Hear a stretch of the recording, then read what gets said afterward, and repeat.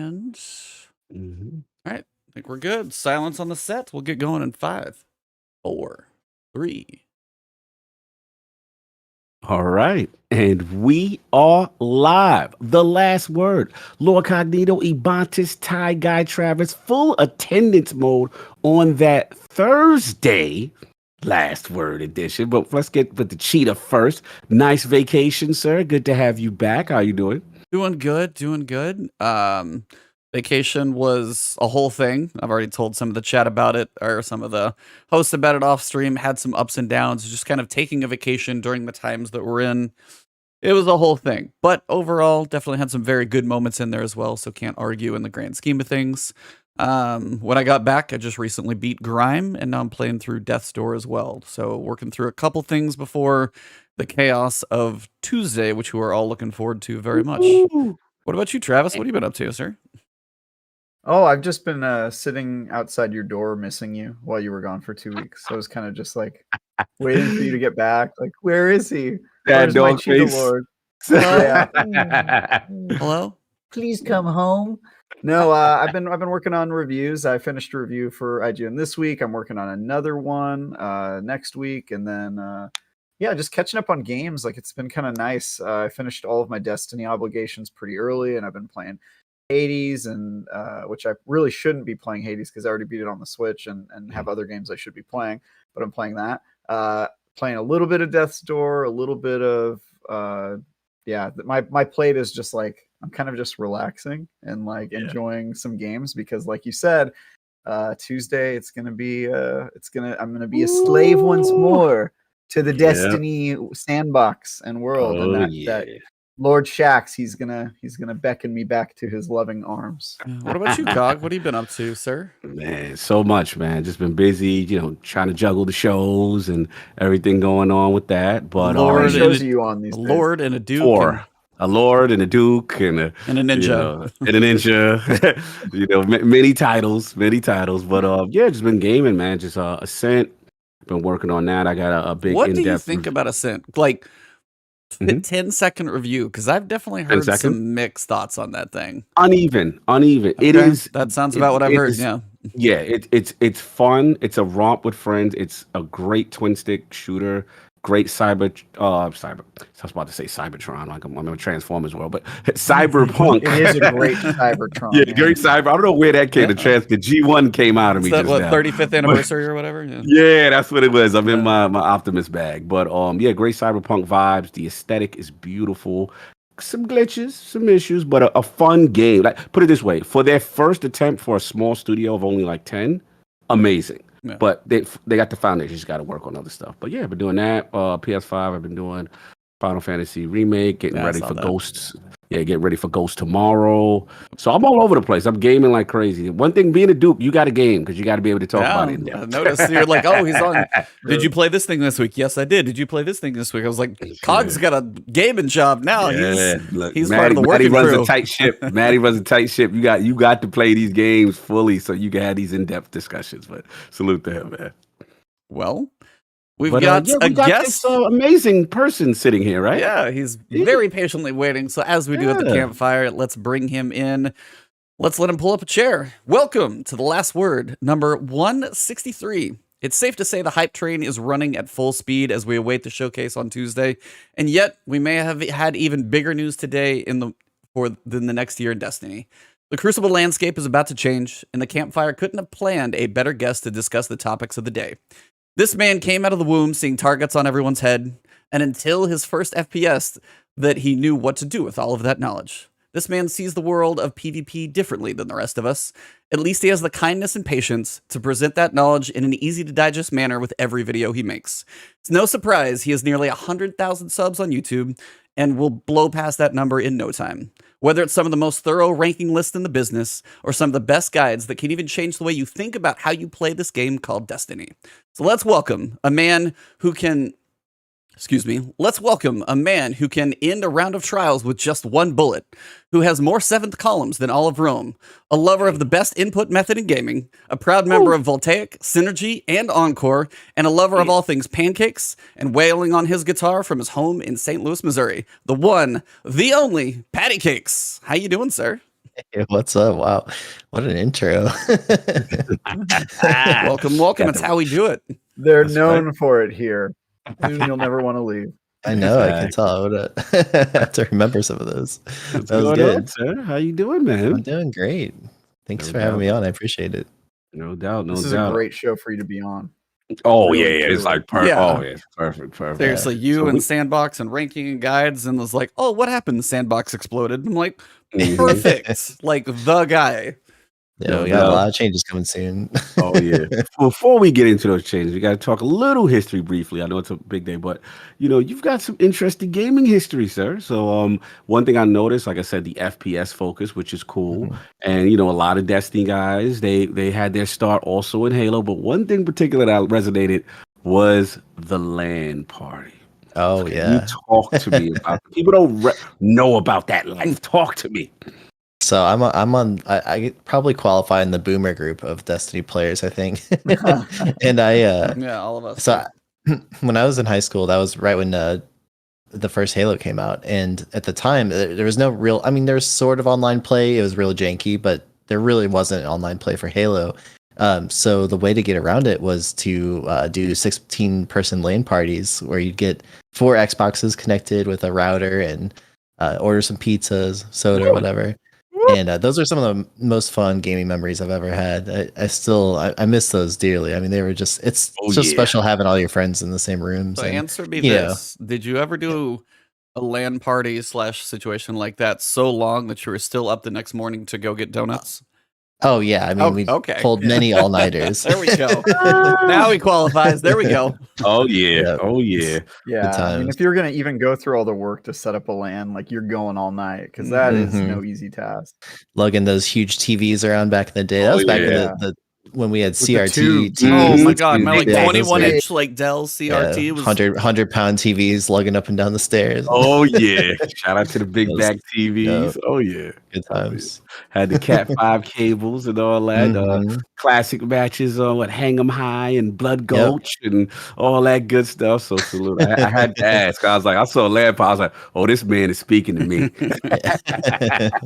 Trav, you got anything for our esteemed guest regarding his history? Yeah, I was looking at your history. Obviously, you mentioned you got into Destiny, like a lot of players, myself included, through your love of Halo. I'm wondering, a lot of people have different opinions about like what, or I guess different perspectives about what really drew them into like the Bungie shooter, because there's Mhm. that weird kind of inexplicable quality of a Bungie shooter that makes it feel not like any other shooter you've played. And so I'm wondering what was it that connected with you, and especially as a PvP main. I'm a PvP main as well. What was it that kind of that you latched onto with the shooter that kind of made you never want to stop playing these sorts of games? It's a great question.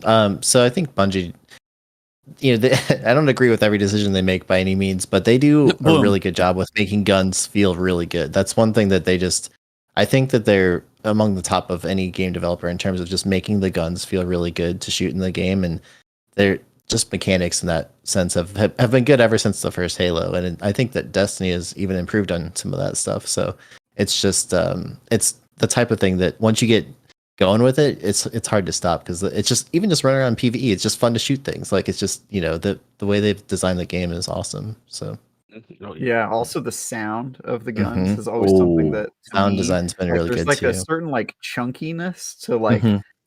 a designed gun where I'm just like, oh man, why Yeah. does this feel so good Well, to shoot? And there's so much variety too, right? You've got like the Amalon weapons, for example, have Mhm. like one kind of feel, and then text mechanic is different. It is like each different type of weapon. It can be one auto rifle can feel completely different from another one, even though they're like similar on paper. So it's just they do a really good job with making them kind of unique, and you kind of find the ones that you end up liking the best. So Nice. E. Yeah. What you got? Before we just kind of cover your like just idea behind content creation, which I do want to touch on a bit, I wanted to ask you to see, obviously shooters are like literally in your blood, like the way you talk about them, love of Battlefield, when you watch you just hit snipes in Battlefield and this, it's just like, your skills are crazy. But outside of FPS, which is like your wheelhouse, do you have like dirty secret games that you play off of stream that nobody else knows about or anything? Like that's a good question. what's I mean, your I like love secret loves of other stuff?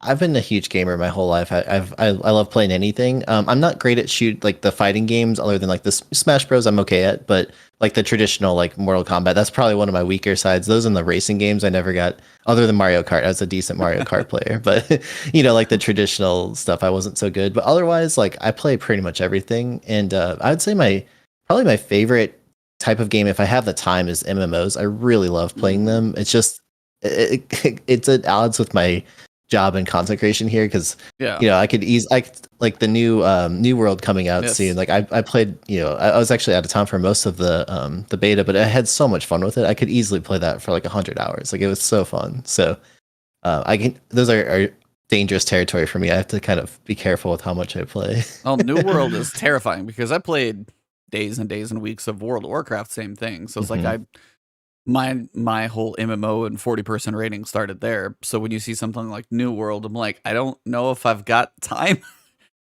Because as you said, it's like one of those things, especially if you want to try and make it even partial coverage for a channel or anything like that, you kind of have to live it to be deep enough to be able to talk about it with some intelligence, which is always the hard part. But no, I get that. Absolutely.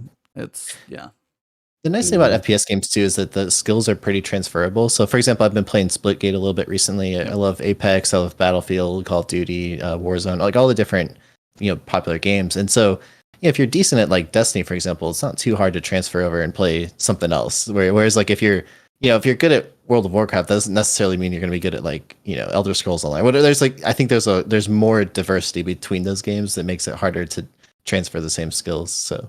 That's one nice thing about FPS game. If you can aim pretty well with a mouse and keyboard, you can play a lot of different games. There we go. Mouse and keyboard for sure. What about you? Look at him. Look at him. He loves that. I threw that in the intro. I threw that in the intro. He loves that. That's some at least hey, the podcast is split for a night for a change, as opposed to me being like odd man out.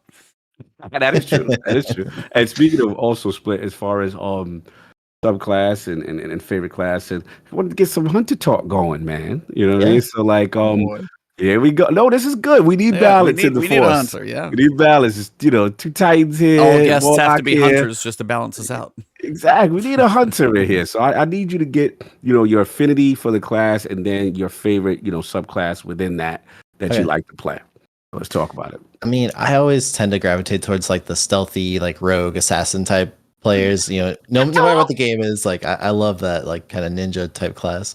And then also hunters are sort of like the gunslinger sniper thing too. So it's like my two favorite like archetypes of characters in any game are merged into one, being the hunter. So I knew I was picking it from when I first started playing Destiny 1. I had a brief stint with Titan when I got Fist of Havoc for the first time ever in vanilla Destiny 1. I switched to made a Titan for like a couple hours, and then sound like E. Continue. Yeah, but then hammers. Oh, the hammers, yeah. But then I quickly was destroyed by a blink shotgun blade dancer at the time in Destiny 1. And when I saw that super, I was like, okay, I'm going back to Hunter, and haven't looked back. It's fair. Makes sense. No doubt. So like I said, like I got the affinity because that was kind of what made me get real close to picking Hunter. I was like, damn, because I like ninjas and the stealth and the agility and that kind of thing. So I get it. And so again, would it be like Arc Strider? Like, what would the specific like subclass like really? If you could only pick one. Yeah, it's hard because I really do like to play all of them, and I try to make builds around all of them and kind of like stay diversified. If I'm just picking one, probably Spectral Blades is my favorite. I really like. I think the super is really fun. I like the I'm a sniper mostly, and so you snipe and get a headshot while you're crouching and wall hacks. It's pretty strong. But I mean, I love playing Arc Strider. I love Goldie, Spectral, or the Stasis Hunter too is very fun. I'm glad that it's been nerfed a lot because it was so good that it was the only thing I could justify. What was that? How many 7th columns do you have with that damn golden gun? I'm not sure. I've got a couple in the last week just messing around with golden gun. And Flex. It's a lot easier in momentum control, though, I have to admit. Oh, yeah. Yeah, Trav, what you got? So since we've gotten into Destiny stuff, I guess we'll dive straight in. We do this segment on this podcast. Oh God, here we go. It's a long-running segment. Long-running. He created 2 weeks ago. Yeah, and it's called "Let's Help Ebontis."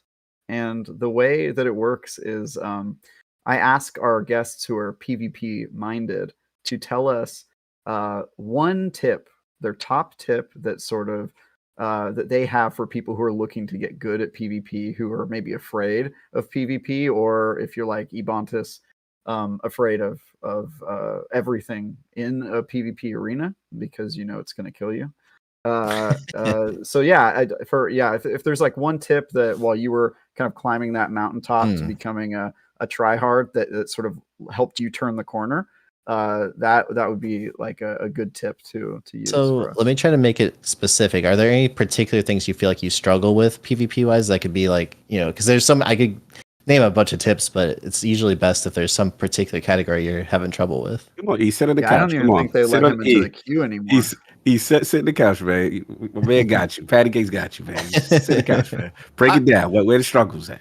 A couple times I've played with really high skilled players, and I know certain things will come with time. Even if I actually find myself spending a decent amount of time in PvP, there's certain like situational awareness I get a little better at, but it's when you watch somebody who is at like a different level on movement, it's like nothing else. Movement is one of those things that it's not the only thing, like being aware of what's going on around you, kind of understanding lanes and things. I kind of get a feel for those, but movement is one of those things can just elevate somebody to another level to understand each class's movement, where to be, how to get out of situations.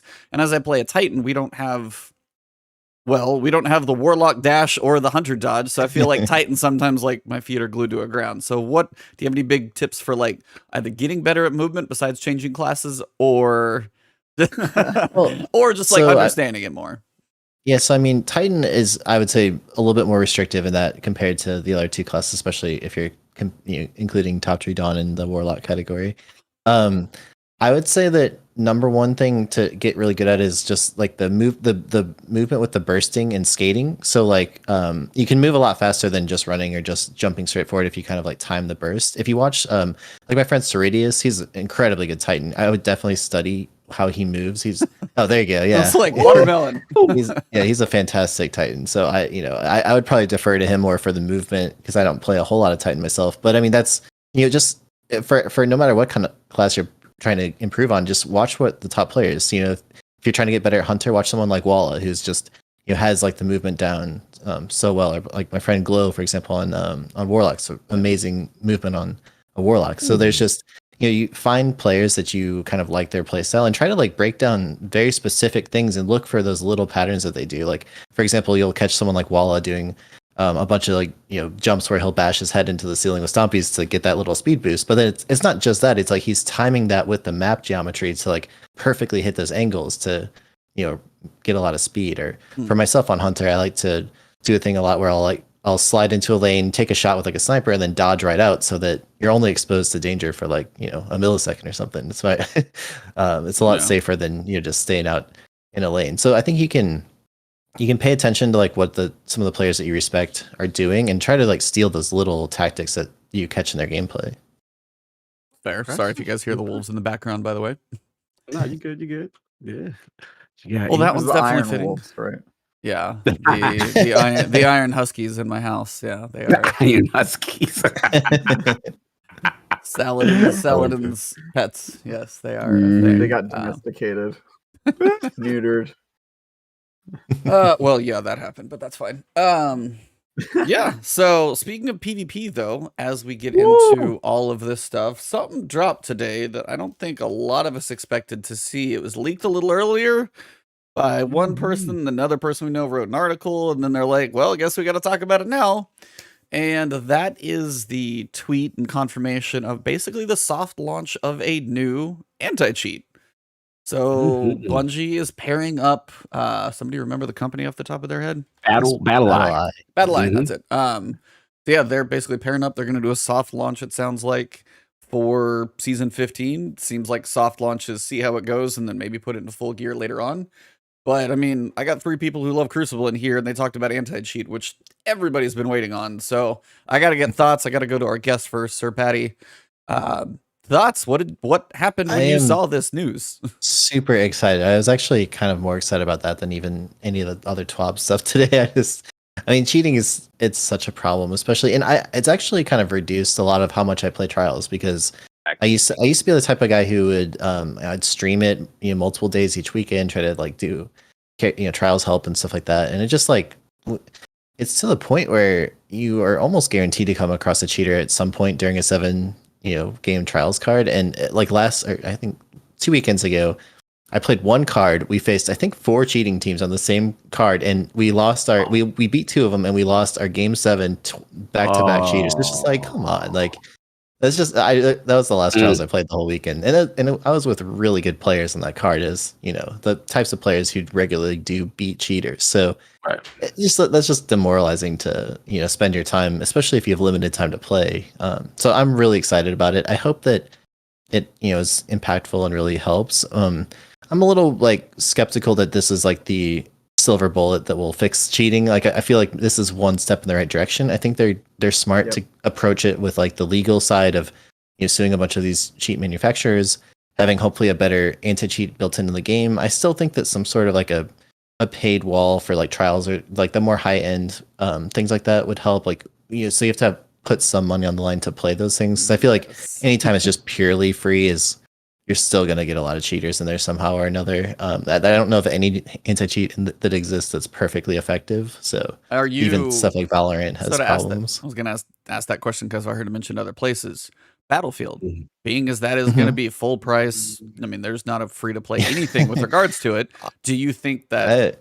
Are you excited for that at least? I'm actually. It's so funny. Like I've kind of changed my thinking on over time. Like I used to be so excited for free to play games because I was like, oh man, it's a lot more players. And now I'm like, I personally would kind of prefer something to be I'd prefer it to cost money if that means that there's going to be less cheaters. Like it's that's a benefit enough that I'm willing to pay for the game.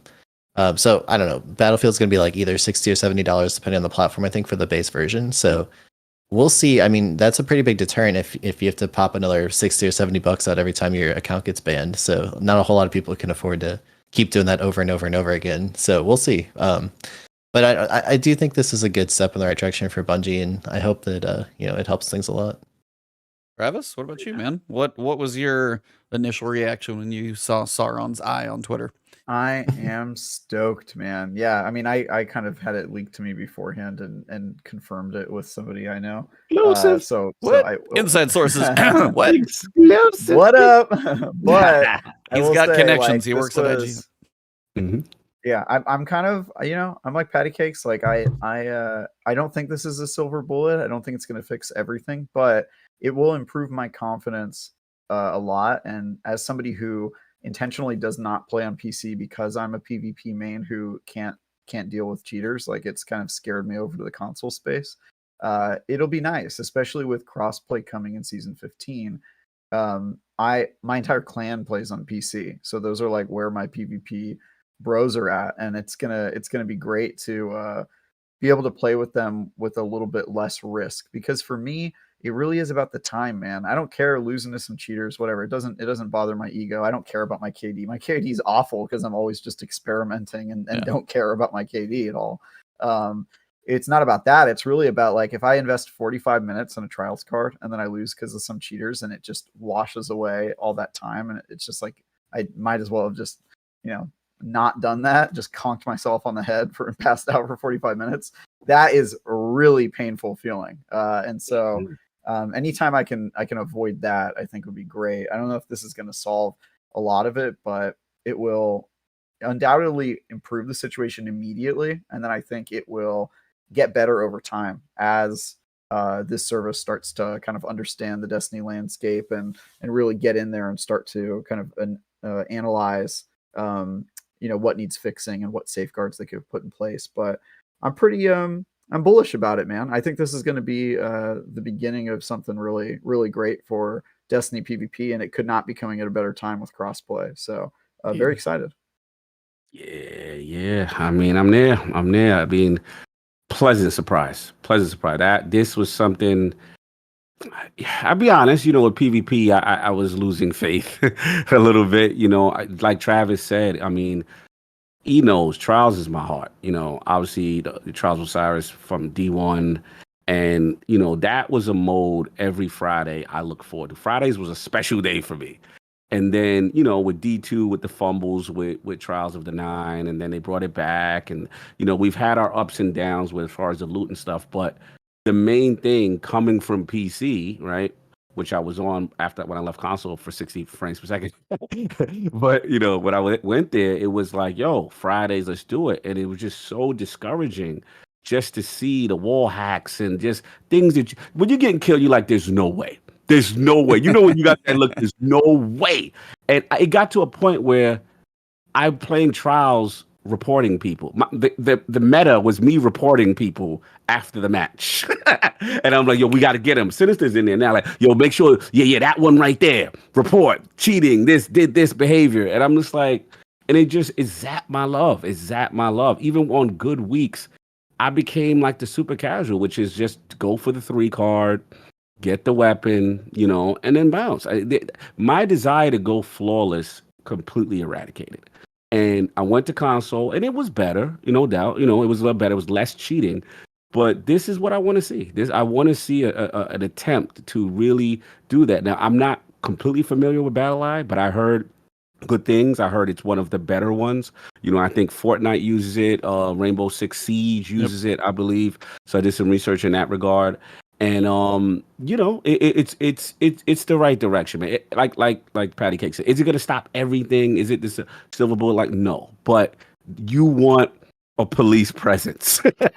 Yeah, you want them to know. You need some patrol in the street, right? Yeah, bro. Because they was so roughshod, disrespectful with how rampant they were, and just create another count. It was bad. It was bad. It was the Wild Wild West out there, man. So now it's like, okay, is a sheriff in town? Granted, it's free to play, so it's not, like PattyCakes made a great point, like with Battlefield. It's more of a cost when it's like, yo, you gonna pay $70 to keep doing this? You gonna pay 70, right? Whereas this free to play, I get it, but yo, this is finally the direction we want, and hopefully with the Trials changes that they hinted, right? Yo, I might be getting a little excited again. I might be getting hyped. But I know you're not the biggest PvP guy, but like in general, was the news pleasing to you? Yeah, no, I mean, this is something. If you're aware of what's going on in the community at all, it's like people scream it from the rooftops every day. You got Aztecross being like another week and another TWAB without, like, I mean, it's everywhere because of how rampant it is. I mean, when you see clips on Twitter of like an AC-130 dude coming through with an infinite rocket launcher just bombing the map. I mean, the fact that can exist and not throw up a red flag in the game somehow, you're like, how is he still? That should be like an instant switch. Be like, you fired 1,700 rockets in 4 seconds. Maybe there's a flag somewhere that triggers and says that probably shouldn't happen. I actually saw a couple other things. So it sounds like they filed 3 more lawsuits against cheat companies. And then also it looks like they were looking for a data scientist as well to help with, I guess, this type of thing. If you're looking at, hey, you have a 99% accuracy or something like that, and be like, hey, well, let me go watch this guy's play or something and see how this all works. So a combination of, more litigation to hopefully stop this. It's like it's a hydra, you cut one off, 3 more are going to grow back type thing. But if they can get the anti-cheat in place, it's something that you have to choose to install, it sounds like, as well. So you're going to have to install this to play. It's going to be a little harder to get around. I mean, there's cheats where you hear like it's running on another machine with AI analyzing what's going on. I mean, there are crazy cheats out there that these people come up with because apparently nobody likes to play for real anymore, but yeah, they're doing as much as they can at this point. They finally actually like, hey, this is a company, multiple litigations are out there. Somebody leaked it early, but hey, DMG's like, well, here it is. And it's as much as I think they can do at this time. We'll have to see where it lands, but I'm hoping this catches like the glaringly obvious stuff, the aimbots, the AC-130s, all that stuff seems to be hopefully stuff that this will catch, which is, if somebody catches you ever so often, you're like, maybe not. But if it's like the obvious, oh, you shot me halfway across the map through 4 buildings, that probably shouldn't happen. That's the stuff I'm hoping to see go away. Because then at that point, if you play, you're like, if you question it every so often, but you're like, this is just trash. So I'm glad to see that it is getting to a point to where they are actually owning up to, hey, we're getting one, you're going to install all this stuff. So be curious to see where it lands with the soft launch. And then when they say like, by the way, if you do it anymore, you're like gone. I don't know how they're going to work the soft launch, but still excited to see it come. Trav, what you gonna say? I was gonna say, you know what I don't get about the whole cheating thing, especially cheating in trials, is like if you're gonna get caught and banned, which a lot of these guys, like you said, they get banned and then they start a new account. What's the point of cheating in Destiny if your account gets banned and you have to create a new one, and then you're like earning rewards on this new account that doesn't have any of like your old stuff? Like, doesn't that Money. it's for other people's accounts? Oh Yeah. yeah, bro. It's it's a carries, huge trials thing, yeah. carries. Other people's Yeah, that's accounts, carries, huge. trials, buying trials. That's exactly what that's I for. see. So you're bringing other people with you, Yep. and you don't Mhm. care about your rewards. You're doing it for Yes. other people. You getting that paid? It is a business to this. Yeah. I was like, there's That's a what's lot of going money on. involved. That's why people what I pay for hustle. the cheats, because they can earn it back, hundredfold in a Exactly. weekend or something. I mean, that's Mhm. the issue, is the money's involved. So there's always yeah. going to be money behind it, hence why they tend to continue to improve. Mm-hmm. Wow, that's actually kind of brilliant. You got to hand it to them. Yeah. Oh yeah, they was hustling out here. Oh, they was out they're, here, they're baby. working. They was working. They was working. Yeah, This it's is like an it's like when income we for all- some people. When we all found out about the trials trading, like I as soon as I heard about that, I was like, that is brilliant. Like whoever thought of that is like a genius. That's like I would never have thought of that in a million years. Mm-hmm. Yeah, it's real. Like I said, I'm just so happy that the complaints, that everything that the community was going through, they had something. Apparently, this was supposed to be in place since like May or something. Like this was in the works. So yeah, it's just gonna be cool when we get the formal announcement. And like Travis said, we know it's confirmed. So it's coming. It's just good to see for the PvP community, man. So once you get the foundation clean, then you can really work. Then I say I'll let off with the maps a little bit. Like get the foundation right. Once you do that, everything is good. Then I'll take my loss like a man and be like, okay, I got outplayed. That was that. It's funny. It's funny. I've been playing Splitgate, like I said earlier, and one of the things that struck me in that game is that they have like a map voting system, right? So you're about to get in a map and you get to choose like one of two ones that pop up or like a different one, and people vote. And I was just thinking about like in Destiny, how much that would improve the map situation, because I think most players, it's not so much that there's a lack of maps, which there are, but it's like playing the maps you don't like over and over again without any ability to influence except for leaving and rejoining, and often it puts you back in the same one, or it's like, or it puts you on another map, and it's just like there are a couple of really good maps, but you don't get to play them that often, and it's just like there's not many other FPS games that you have no control over which map you want to play. Yeah, that's a good point. I think that'd be a good way to mitigate the, if it's going to take them a long time to make new maps, at least let us have some autonomy on choosing which map we're going to play.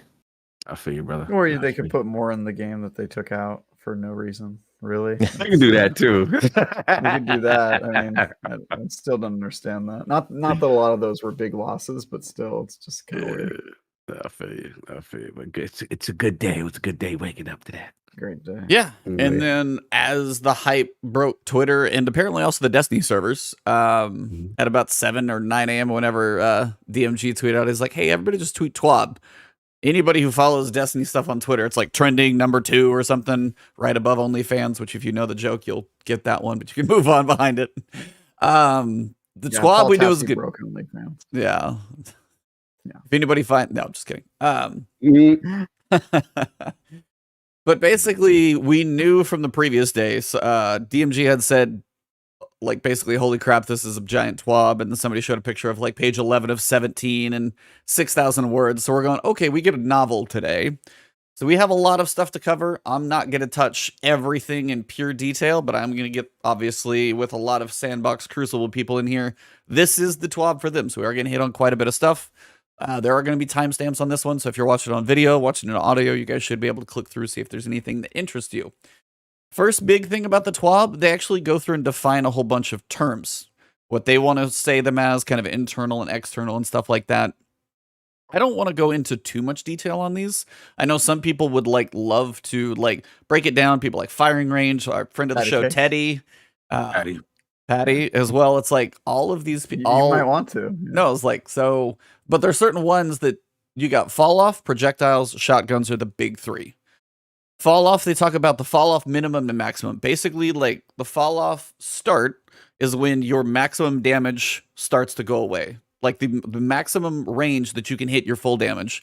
And the fall off end is when your damage of your gun is at the floor, whether it's a shotgun and it's 0, whether it's an auto rifle and it's 2. That's the lowest it can do damage as far away as possible. The second one's projectiles. They had hit scan versus non-hit scan. Pretty straightforward stuff. If anybody doesn't know, hit scan weapon, basically it instantly hits as soon as you pull the trigger on your controller or click the mouse button wherever that cursor is, minus, you know, aim assist and calculating everything else. It calculates it right then. Hand cannons, auto rifles, bows when they're fully drawn, things of that nature. On the other side, you have non-hit scan weapons. Picture a Jotun, a bow, non-fully drawn, grenade launchers, things that have travel time, have physics, things of that nature.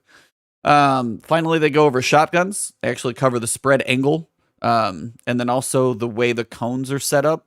I think this is something that, you know, Mercules and the spreadsheet masters are going to be finally getting like, okay, this is kind of how this stuff works, because shotguns feel random. I mean, Fallout, I'm sorry for all the research he's done, but he's like, shotguns are kind of random. And then they're like, they're random, but not totally random, because they actually explain how a shotgun fires. It has 12 pellets. There's one at the dead center. Then there's a inner ring, which has basically like a pie cut into fourths. And in those fourths, somewhere those 4 pellets can fall. And then the outer ring is 7. Basically, it's divided up into 7.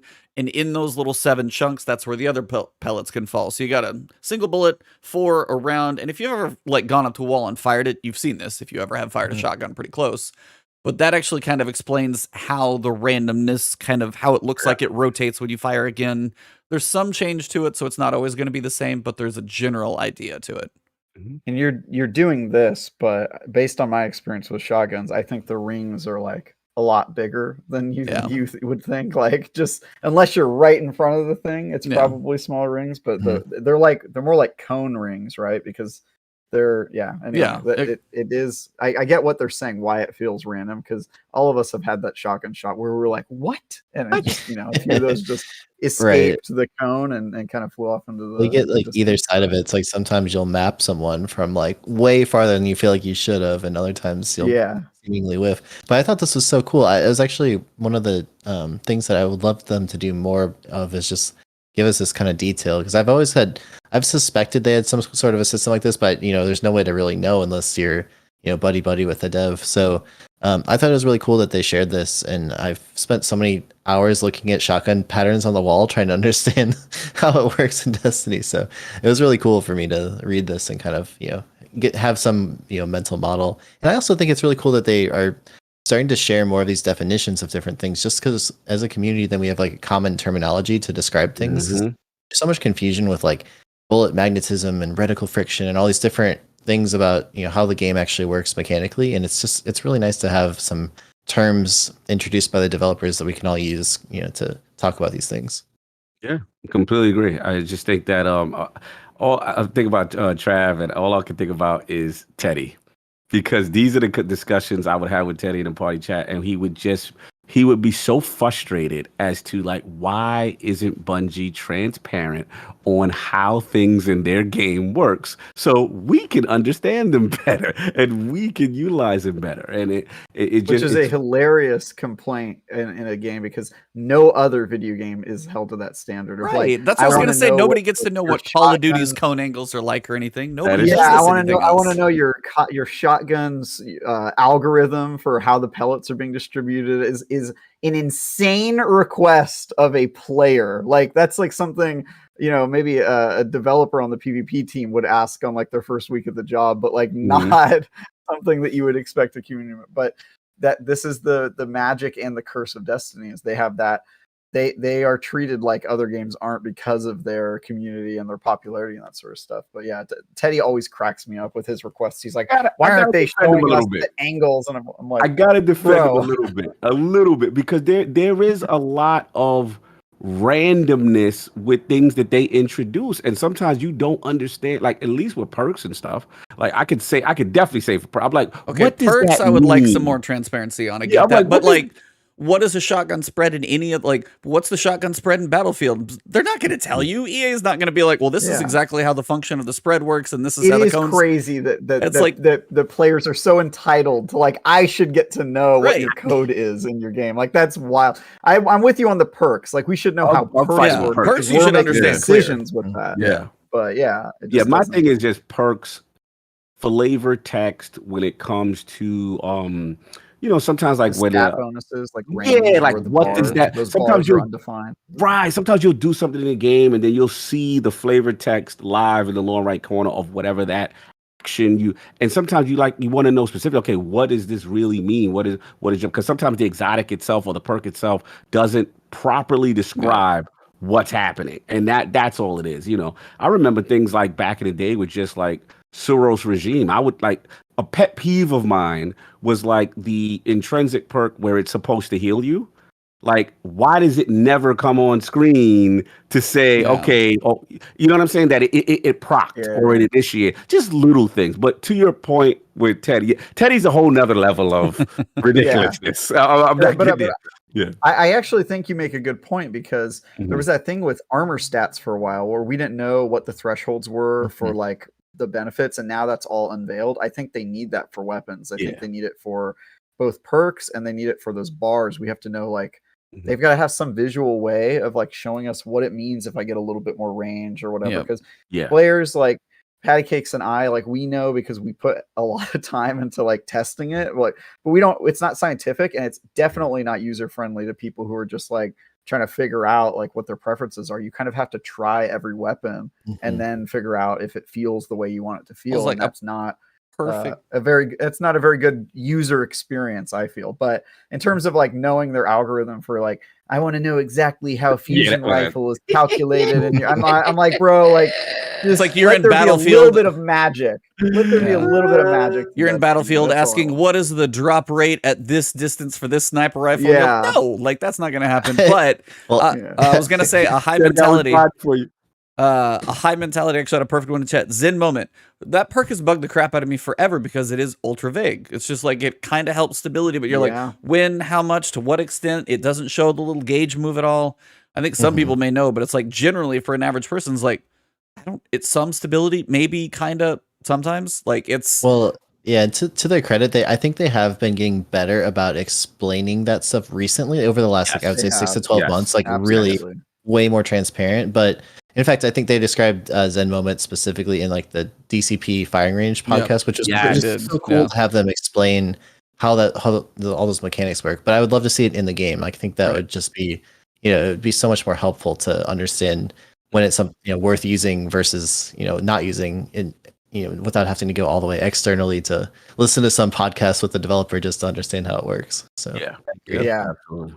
Yeah, that's wild how into the weeds you have to get just to understand something that's in the game for every player. And it's like, if you want to understand that, well, you got to go back to 2020 when the devs were on, some guys some guy's garage on their podcast talking about, it's just crazy that's the level you have to get into just to get information that should be in the game somewhere.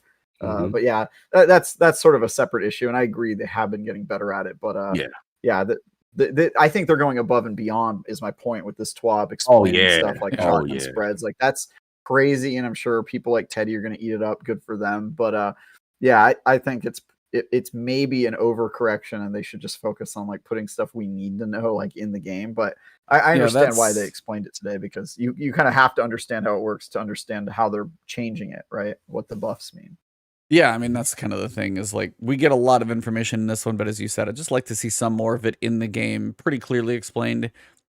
I don't need to know how the shotgun cones work. It's like, yeah, you can try and figure it out. But on the other side, if I don't know what a perk does that I'm looking at in the game, that's an issue. So they're getting there. It's getting better. But for the next piece, we've got a kind of interesting global one that I think we've all been wondering about. Season 15 introduces legendary stasis weapons. And we've seen some concern how these are intended to work, particularly in PvP. So here are some details. I'm going to read this one verbatim because I don't want to mess it up. Stasis power weapons are in the power slot, but all other stasis weapons are in the kinetic slot. This is to avoid overcrowding the energy slot, which is fair, and so that it's reasonable to use one in match game content. The kinetic slot won't be renamed at this time, maybe something they do later on. Stasis weapons don't intrinsically do anything different from weapons of other damage types. We've talked about that before, so sad face there. But they are the only weapons that can roll with stasis perks, which is cool. We generally intend stasis perks with slowing or freezing effects to have a kill trigger. This being easy enough to trigger in PvE and fun to use, but not obnoxious to play against in PvP. So before I go anywhere else, Gog, you're just grinning. Like, what's up? Little nervous. What? You're nervous of stasis? No. Slight concern. This is I was gonna say this is like, remember, Cog? This was, I think, your theory on the show about how they were gonna add 2 other elements, and how are they gonna juggle 6? And now we have the answer. They're gonna put 3 in one slot and 3 in the other. Yeah, I mean, again, I need to see before I get crazy. But, my only fear is the, freezing and slowing effect. So we just came out of the great stasis purge of the subclasses. We got things finally to an acceptable level where people in PvP don't feel oppressed. And I'm a little concerned about stasis perks running loose in PvP. I'm a little concerned. I'll be honest. It depends. Now, if it's what's the exotic? The garbage one, the sidearm. The cold heart? No, you go. Cryosthesia? The stasis, right? If it's to that effect, that ain't really hurting nobody, right? The way it functions, it's not. It is when I hold it. Well, okay, you're a beast, but okay, outside of you and the 1%. But my main thing is, I just want to see the functionality of said stasis perks in PvP. That's all. In PvE, hey, have fun, knock yourself out. I don't care. My only concern is just the PvP portion. I just want to see what that does. Running around with I'm with you on that. I'm worried about those, but I mean, hopefully they'll be reasonable with it. I think they know that we don't want another stasis meta. Yeah. What we just got out of. So hopefully they're careful about what they add. Yeah. Yeah, I'm pretty confident about it. And what I hope this means is I hope it means that now weapon types on their element are actually going to mean more than just the match game, because there will be specific perks you can equip to each of those weapons that have the element. And that would be awesome, because then they could go back and do it for Solar, Arc, and Void, and then those weapons start to feel very different and have their kind of own drawbacks and perks and all that stuff.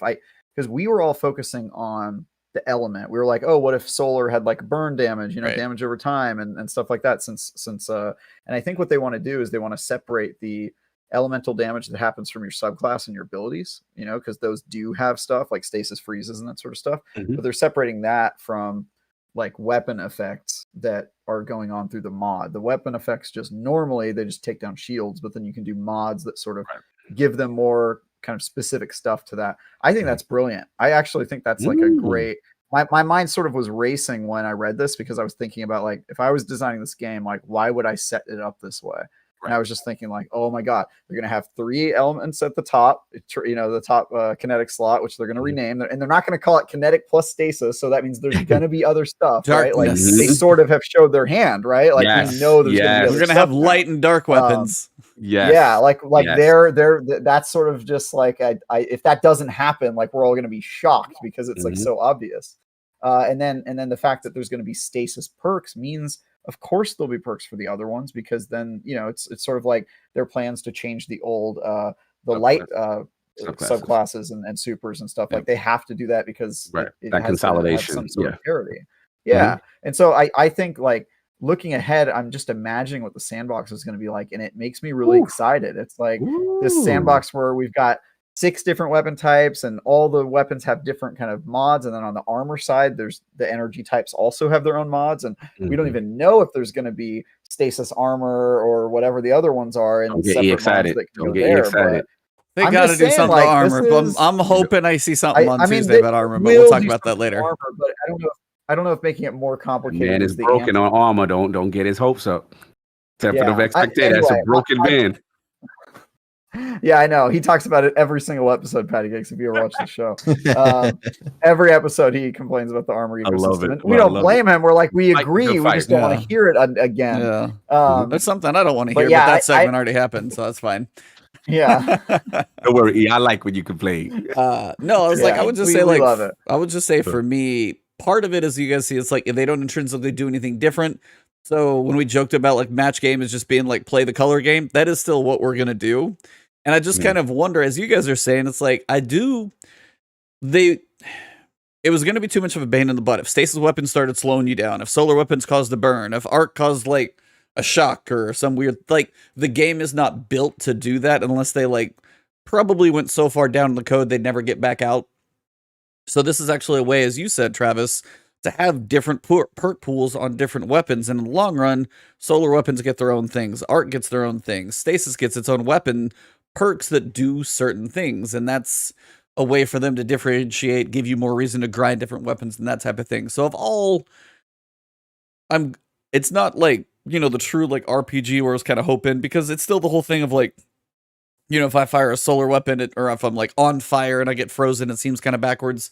But I think with the system they built 7 years into the game, this is the best thing I think they could have done to differentiate the weapons. I will give them that for sure. So and just imagine the possibilities, because like that's the reason I'm not super worried about stasis, because my first thought isn't like, oh yeah, every gun is going to have a mod where you can freeze a person. Like there's just no chance of that happening, because the subclasses barely even freeze you anymore, right? So it just wouldn't make sense to put it in a weapon. And if they do, it'll be an exotic or something, you know, like the sidearm or whatever. But I'm thinking like there's now a potential for the weapons to have like an interplay with each other. Like maybe there's a mod where if somebody's affected by stasis damage, using solar damage like melts them and does extra damage or stuff. Like there's so many like possibilities of how the elements could interplay with each other. And I'm just like sitting here like, if I'm a developer, I'm super stoked about the possibilities of you know what lies ahead.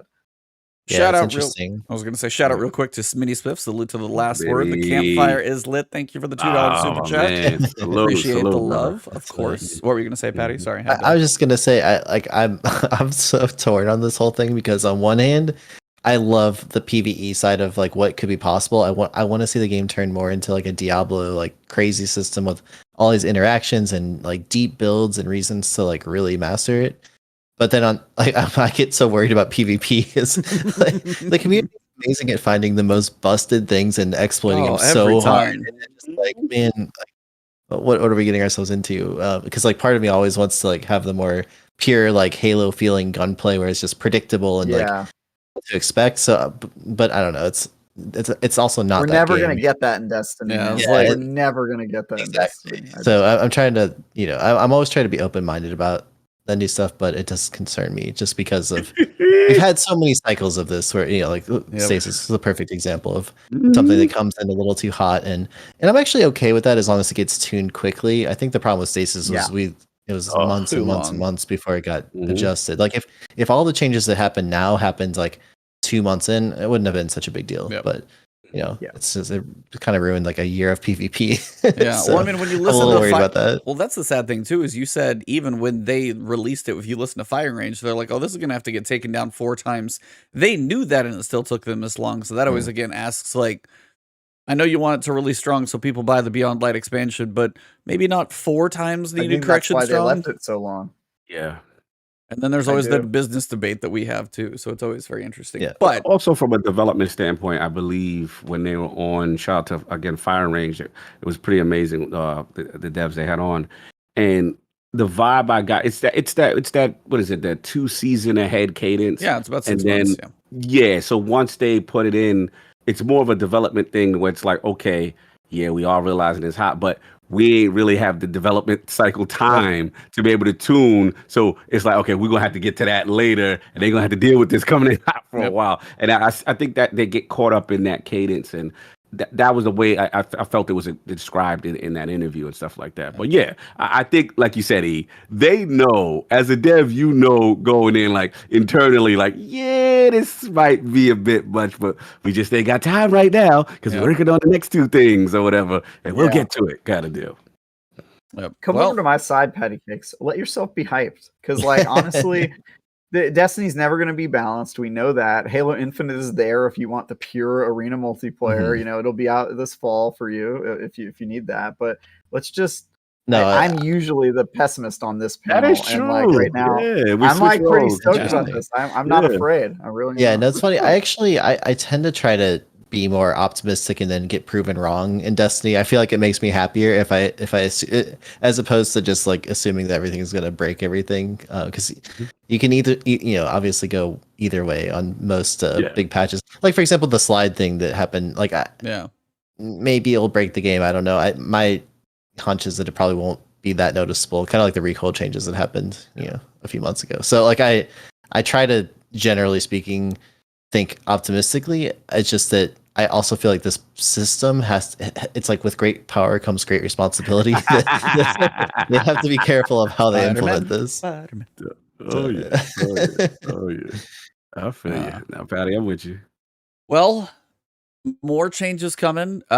This one I don't need to spend a ton of time on, but they are fixing the quick swap situation, which yeah, I think we all know about that. Yeah, they knew it was coming. It's finally going to happen. So the slug shotgun quick swap glitch, it's, going to have to kill the bosses in a different way. And we'll get to another reason why you're going to have to kill the bosses in an even different way, but that's an exotic we'll touch on later. But this one is kind of big. This I did not expect at all. Yeah. Running out of this was when my jaw hit the floor. Yeah, I was shocked. I was reading through Sandbox. I'm like, oh, we got crazy definitions. Okay, we got this. I'm like, oh, this I did not expect, because primary ammo is now infinite. That's one of the biggest changes they made just at a fundamental level in quite a long time.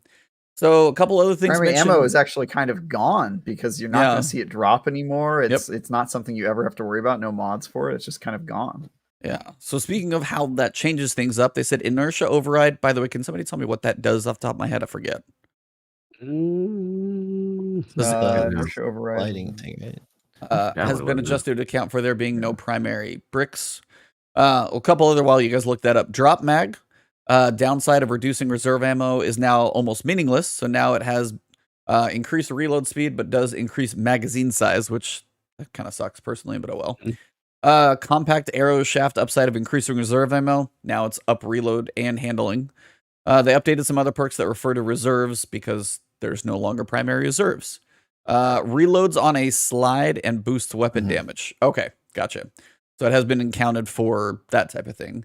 And then they see notes on fighting line, sweet business. There's exotics down below we'll talk about. But, I mean, you'll literally never run out of primary ammo in anything. PvP, PvE, Gambit, doesn't matter. It's always, what do you guys like? What did this do?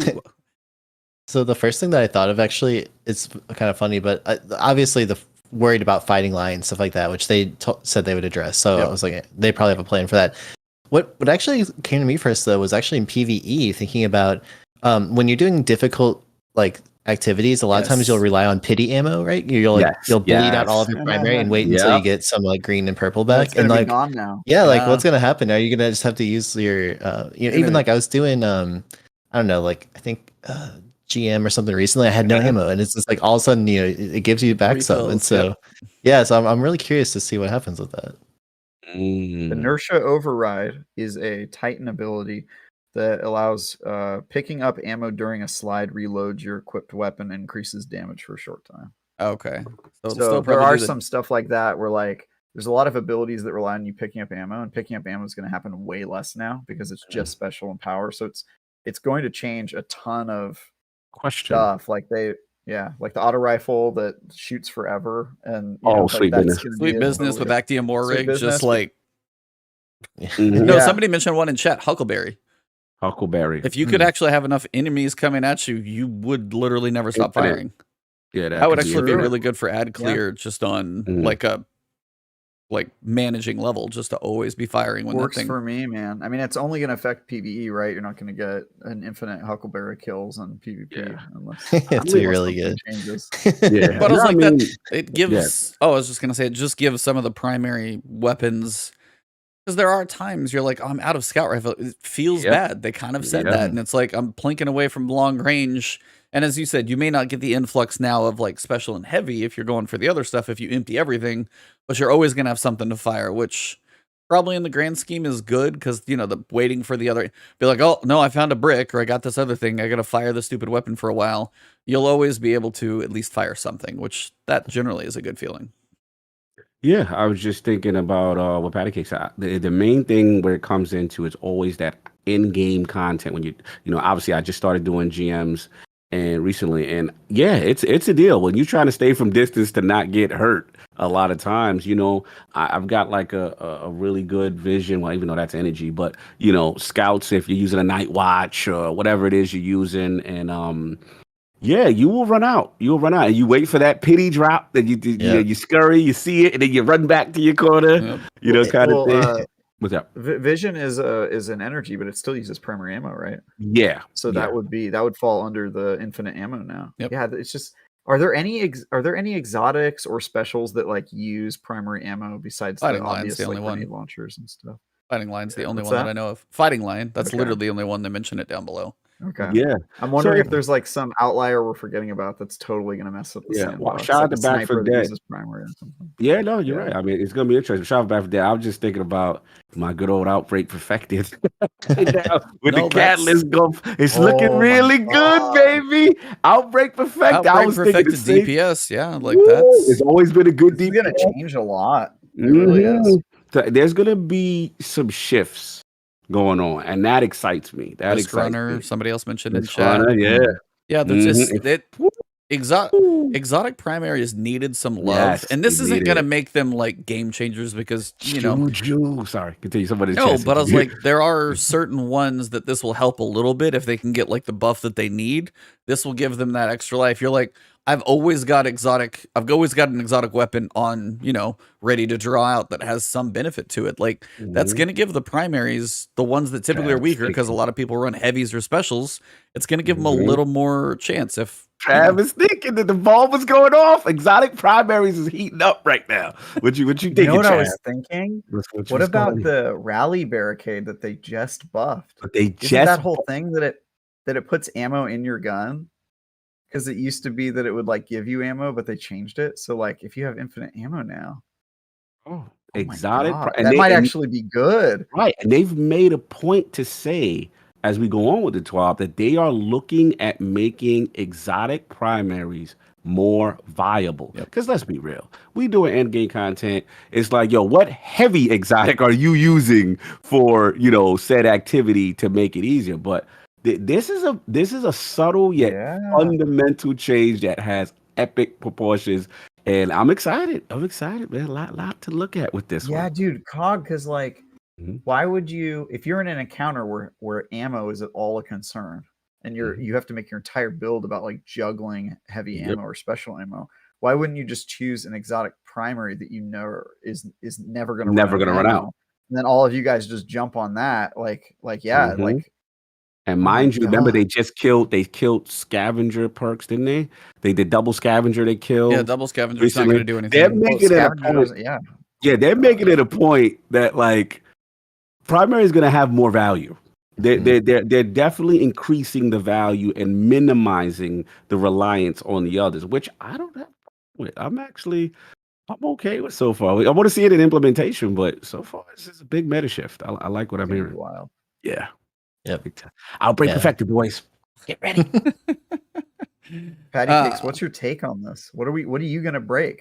So, I mean, I first of all, I agree with you that I think that it seems like they're shifting weapons closer to what it was maybe in like vanilla D2, like the double primary thing, of course, but like without actually double primary, but it's kind of shifting back towards that. Like special weapons across the board have gotten nerfed like quite a bit recently, and which I'm personally fine with. I think that I'll take a primary duel any day over a special weapon duel.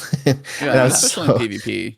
Yeah, we haven't talked about it yet, but they've finally talked a little bit about grenade launchers, which I'm so happy they're doing something about because those are, I think, so strong right now.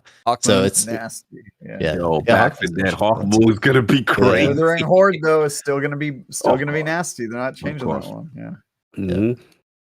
Well, here's like one bullet, but I know I gotta ask this crew. Target farming trials weapons is much more efficient in Season 15. We don't know why yet, but we're going to figure that out on Tuesday. And we have some cool new perks for players to play with that we want to put on trials weapons. All trials weapons available in Season 15 now have 7 perks. In each column was 5. For my Crucible crew, thoughts? Whoever wants to jump in, just go. I'm just hoping that they implement something similar to the raid loot system, like what you get at the end of any of the modern raids. Like I think that's such a good system where you can play the thing until you get the drop, and then you can force focus farm whatever you actually want from it. So Nice. it's like, for example, it took me a long time to get Fatebringer, but once I finally got one, then I could put tokens into that until I got like the one that I want, and that's all I want from Trials. I've played so much Trials and never gotten the role that I wanted. Like, and then the other thing about the perks is great too, because there's, for example, on the Eye of Soul there was Opening Shot and Snapshot together. I played so much Trials, I went flawless so many times, and I never got that role. And then they took it away, so it's impossible to get that role now. The closest you can get is like Moving Target Snapshot. So I'm hoping that maybe some of those things will come back, where you have some of the old roles that you couldn't get anymore. Like maybe that'll be a possibility again. All I want is one. Yeah. All I want is one. Yeah. They Damn should it. put one of those chests in the lighthouse, Mhm. Yeah. One of those chests just like at the end of a raid where you can just buy any weapon you've already unlocked. I agree. I think that's a great idea. What PattyCakes said. All I want is one extra. Can we get celerity as this intrinsic part of this package here? Oh, they mention it later on, and the issue with that is the idea of too many perks working on one gun at the same time. We've talked about the technical limitations. I know. And they It's that mention it damn- again. They actually technical mention it with limitations. fusions. That damn celerity running around, messing people's perks up in PvE. But it is what it is. But let's get to it. But no, this is good. This is good. I mean, overall, they Trials is getting exciting with this, and if they put some type of farm thing where you can target specifically, I like that. And yeah, what about spoils? What about let's go all out with it. Let's get that same level of raid love. Why Travis is in deep though? What is Travis thinking? He is like plotting right now. He's got the diabolical evil genius. What is going on, Travis? Where's your Dr. Evil Cat? Come on. Yes. I'm actually, so I was thinking about perks on Trials weapons is like, that's where my brain goes apparently most of the time I'm thinking about Destiny. But no, what I'm more interested in is actually the first clause in that sentence, right before the comma, which is like, Trials farming or target farming Trials weapons is much more efficient in season 15. Like, we don't, that's the part we don't know. Like 2 new perks on each column is whatever. Like I'm sure it'll be okay, but like 2 new perks, I don't get out of bed for that. But making it easy for target farming, Yes, that's the one. Yeah, I'm interested. Mm-hmm. I'm interested. Now reduce the cheaters and we'll talk. Like that's so yeah, we'll see where it goes. But yeah, I was literally just thinking about perk combinations and the thought of having infinite primary. It's kind of blowing my mind. Somebody said it's like a very small thing because they put it in the middle of the TWAB, but I think that's the biggest news by far that we got today, and it's going to change the sandbox in 100 ways we haven't even thought of yet. It's going to be crazy. Huge. It's definitely huge for sure. Yeah. So the next piece we've got is they said when it comes to some of the weapons that they've reissued, very specific examples being the ones that came with the recent patch that came back from both Dreaming City and the Moon. A lot of those weapons, to put it nicely, are not the best. The perk pools are not great. And basically they said they wanted to, if they reissued weapons, they wanted to make sure they had new perks on them. But they also said that was a bit of an overcorrection because it got rid of the perks that a lot of people still wanted or had an identity with a weapon. So what they've stated is going forward, they're going to be adjusting some of those other weapons as well.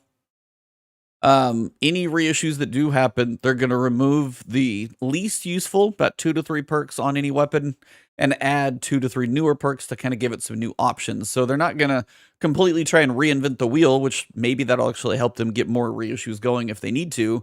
But on the other side, if you didn't get what you wanted before, you might be able to still have to go after a good one. But on the other side, it's not going to just totally suck when they bring back weapons. So I think this was, to sum that up, I think that's generally a good thing. Anybody have any thoughts on that piece before we get into all the crazy archetypes?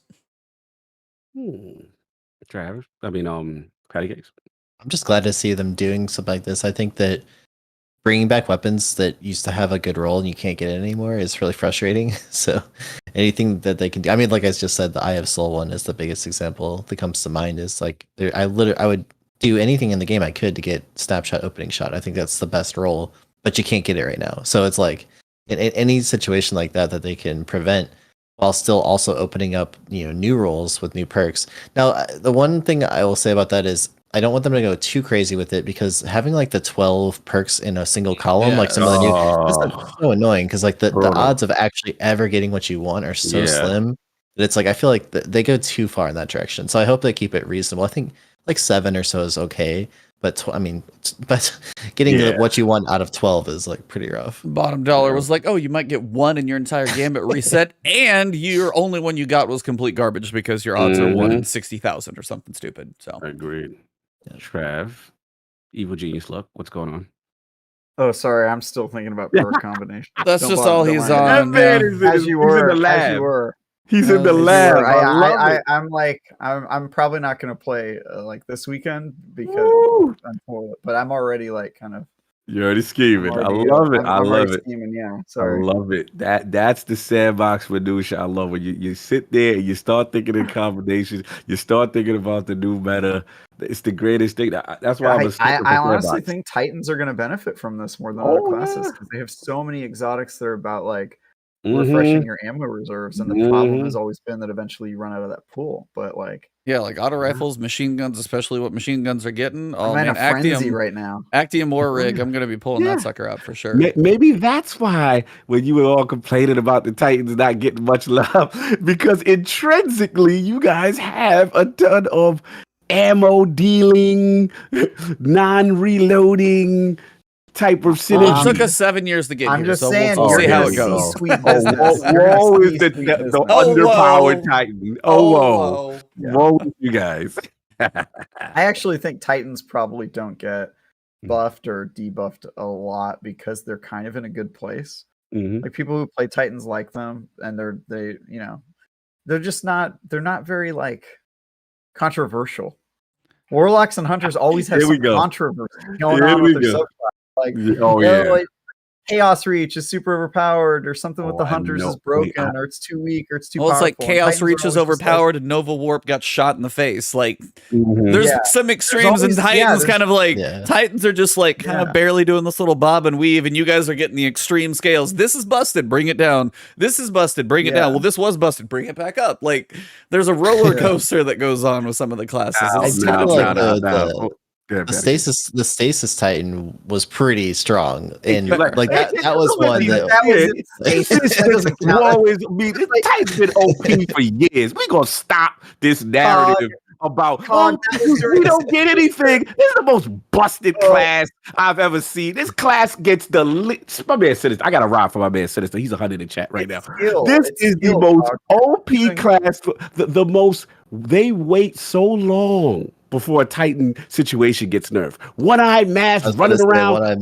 One-eyed mask is the big one. Season after season, Sunbreaker Titan running around. As soon as you heard the clank of that thing, you ran for the. Don't give me this. Oh, they fixed that too. It takes so long. Yeah. Mhm. You're okay. Started. One-eyed mask was one exception. Yeah, when the one-eyed sandbox mask was not big. being Yeah. to it all, Mhm. and the stasis one, like all of them were broken. Yeah, So don't everybody's give me that. stasis was Like, busted. that was like Vegas, you know. You Shatter don't count dive. that. Like The Warlock infinite running stasis around, melee can shut down a smashing. super. The roaming Titan. see, I got supers Zoe that in chat. last She's forever. I got Zoe. I got IRL Titan. We got Are you backup talking right to now. me about running Titans, around dude. the No, Chaos Reach circles that This you week guys just have been came running out. recently? This just came out. That was like a season of terror. Oh, You guys have expansions of terror. You guys have years of terrorizing other classes. Stop But it. here's the thing, Cog. The terrorism that we've been putting on you in Crucible is purely based on skill. Oh my Where god. you have to rely on broken subclasses. We're just You know what better. skill you have? The developers. You have the better skill at of PvP. Bungie's dev team favoring you. I Sounds still like a have solo nightmares loser. of the Synthesub Titans in season 3. Titans skating around at Mach 10 and punching Yeah. everybody. A lot of people Yeah, don't that remember that was, meta, but that was rough playing against those. Thank you, Patty. Thank you, Patty, for the Now we're reason. We too need a slow. hunter for balance. We don't have enough mobility. Yeah. All right, ran over. Yeah, that was fun. That's what we do, though. We get distracted. Things go long. Hashtag We said long we were play. going to stay on task because it's a long claw. I know, we had Busted to. it. Travis always pushing the button, man. He got me to bite this time. I normally don't bite. Damn it. Travis is the epitome of a button pusher over here. So, Oh my god, he's so good at it too. archetypes. We got some changes, so this is going to be one big timestamp section. I'm not going to break this one up too much. I'm going to cover the first one because I think it's the one everybody's been waiting for as of recent switches. Breach grenade launchers are increasing as a pain point in PvP. With the shotgun nerf, we're seeing a small increase in usage. This change aims to reduce the ease of getting big splash damage for priming or cleaning up targets. We'll watch and see how things change and make further adjustments in a future update if needed. They reduce the blast damage basically by a little bit from max and minimum. They reduce the splash damage by 20. They increase the damage in PvE by 12%. That's actually kind of cool. Because of the above splash damage, this results in a small overall buff to combined damage, and the Wither Horde not in the mix. Patty, I wanted to ask you on the high level with regards to breach loads, especially. People probably hate when I use mine because I actually have some fun with mine. But you're probably also like, oh god, you're one of those, aren't you? So thoughts on breach loads from you, sir? I have hated grenade launchers forever, like literally since the beginning of Destiny 2. But I have over the last season, like I recognize that they were becoming, I think, probably the best special weapon. They're so powerful, and you can use them in so many different ways. You can get one-hit kills with them. You can hit people around cover. You can use them as a primer to weaken someone and hit them one shot of DMT or auto rifle or hand cannon, whatever. And so I've been experimenting with them a lot. I think this is going in the right direction for nerfing them, but I don't think it's enough. Probably. I mean, who knows? We'll see. Like when we actually play it, but I was hoping to see a little bit even more of a reduction in the radius of the blast specifically, so that because it talked about like the identity of them being potentially like a skill shot where you have to maybe you bounce off a corner and land it really close to someone. And I feel like right now it's just too generous for the blast radius. I think that it needs to be ultimately I'd like to see them make it so you have to be a lot closer to the target when it explodes. And so I feel like this is going in the right direction, but maybe we'll see. I don't think this will nerf them that strongly. Yeah, the whole it has to be a precision weapon, but it's a weapon that the main way you hurt somebody is through splash damage, like area damage. It's like, wait, what? It's supposed to be a that's what snipers are for. What are you talking about? Yeah, I just think if the one or two things needs to change, either the splash damage needs to come way down to make it more like a precision weapon, or what I think they should do is keep the splash damage and just make it do less damage. Like it takes your whole shield down. I think it just does way too much damage because it shouldn't be doing more than a sniper rifle that doesn't hit you in the head. And I think that's one of the areas that they've been having trouble finding their identity is that there's this rule that all special weapons need to be able to one-hit kill, which I understand because it's like they want parity between them. But then it's like grenade launchers. How do you justify that it's like it's both this super generous thing that bounces around walls and is literally imagine having your hunter grenade every few seconds that you can keep throwing. It's very strong. But then at the same time, it's like it needs to be strong enough it can one-hit kill. I feel like they need to potentially abandon that rule for grenade launchers, or make it like you said, a precision weapon, or you have to hit them very directly, like one of the two. Yeah, I think they should do the former. I don't think that all special weapons should, because it's like a sniper rifle. You can bounce around corners and that explodes when it hits its point of contact. Like there's just no way to balance that in the meta. Like you have to pick a road. I think they should just make it okay, my special weapon isn't going to one-hit kill, but it is going to be super versatile and be able to bounce around corners and have a more generous splash radius. It should sort of be like the easy mode special weapon. They also benefit really. They benefit greatly from damage buffs. So, for example, like the charge with light system, if you have that with a proxy grenade launcher, you can then it's like a really easy one hit. And so I feel like that's it's like they benefit more than I think a lot of special weapons do with that extra damage, because all of a sudden it turns what would have been like an almost one hit into a one hit, even if they're not very close. Yeah, I mean, I'm just thinking about right now. My God rolled ignition code in PvE. I'm just curious to see how it's going. Yeah, that's the thing is, I was like, I just want to make sure they don't lose their fun in PvE, because salvage or salvo for ad clear with the explosion. PvE is where I enjoy. PvP I don't play that much, but I understand their worry, and this is where again the separate sandbox tuning and stuff like that. Hopefully, one doesn't reduce the fun of the other. They said they increased the damage, but now if the explosion radius isn't as big. Yeah, if it's tighter, I'm worried because I'm worried about missing shots and people. Now, thankfully, I got a slide shot roll with mine, but it's that reload thing, and I just want to see how that plays out if it's so not generous with the splash damage in PvE.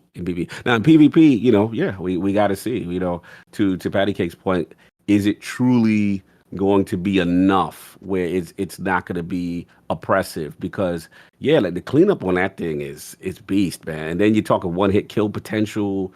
It's a very versatile weapon that, like you said, the uptime is pretty high. I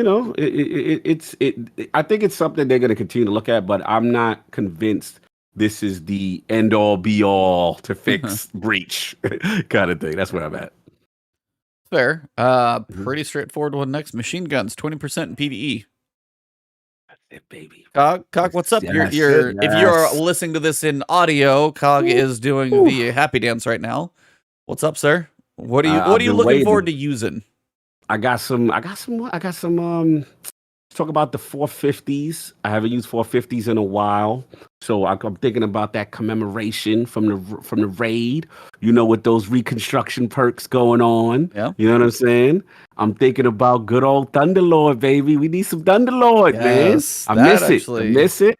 We're gonna talk about the Xeno other Sage ones in a minute, too. but we're gonna get into Xeno in a minute. But it's still there. Yeah, it's still there. It's there, but we're gonna get into it with the notes, so you'll see. But I'm just thinking about legendary machine, especially what was the one? It was even though it's Sunset, the archetype. It was a Gambit.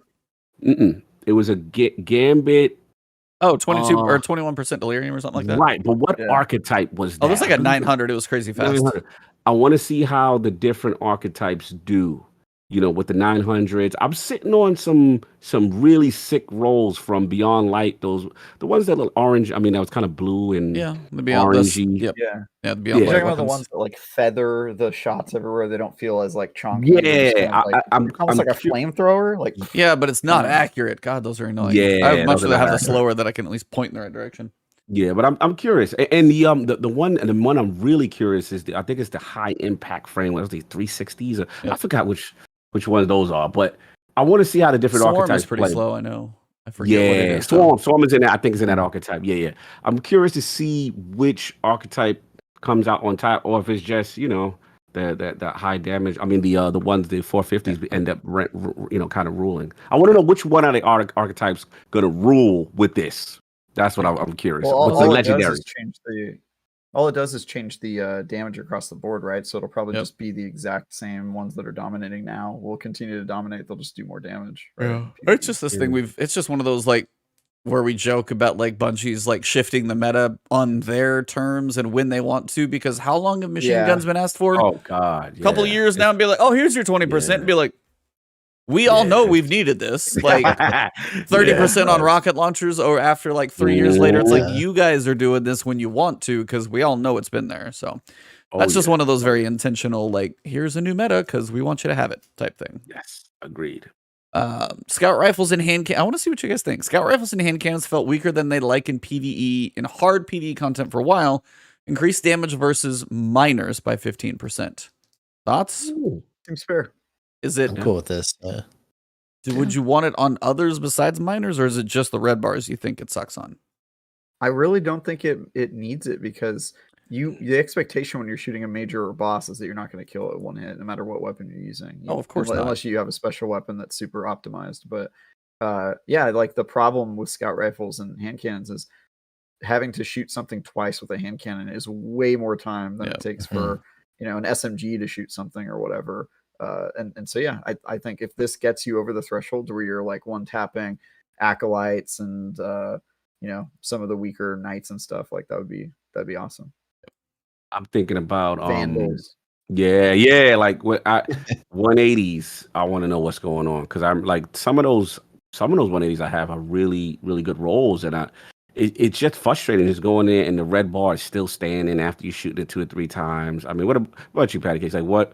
Any particular scouts or hand cannons that you're thinking about? Well, the first one that comes to mind for me is Fatebringer. Fatebringer all of a sudden, because I mean, going back to D1, that's my favorite thing in PvE. Is just shooting one room and everyone blows up with Firefly with Fatebringer. I mean, that was oh yeah, amazing. So I mean, maybe this will enable a little bit more of that. I'm a fan of this. I feel like I'm trying to remember exactly when they made this nerf quite a while ago now, where they reduced primary weapon damage, and I didn't like it back then. So I'm happy that they're bringing it back the other direction. I think that shooting it's kind of like the Division, like the bullet sponge effect, where just shooting things that look weak a lot of times doesn't feel good. So I feel I'm my a guy fan right of here. this. It's my guy right here, right there. Right. Nobody wants to shoot the guy with the hoodie 15 times. It doesn't feel good. Yeah, no, that's like 2 kind of had those little armor break off points, but I was like, dude, I'm still in reality. It's like you only have so much, and I've unloaded like 60 clips over here. How much you got? Like,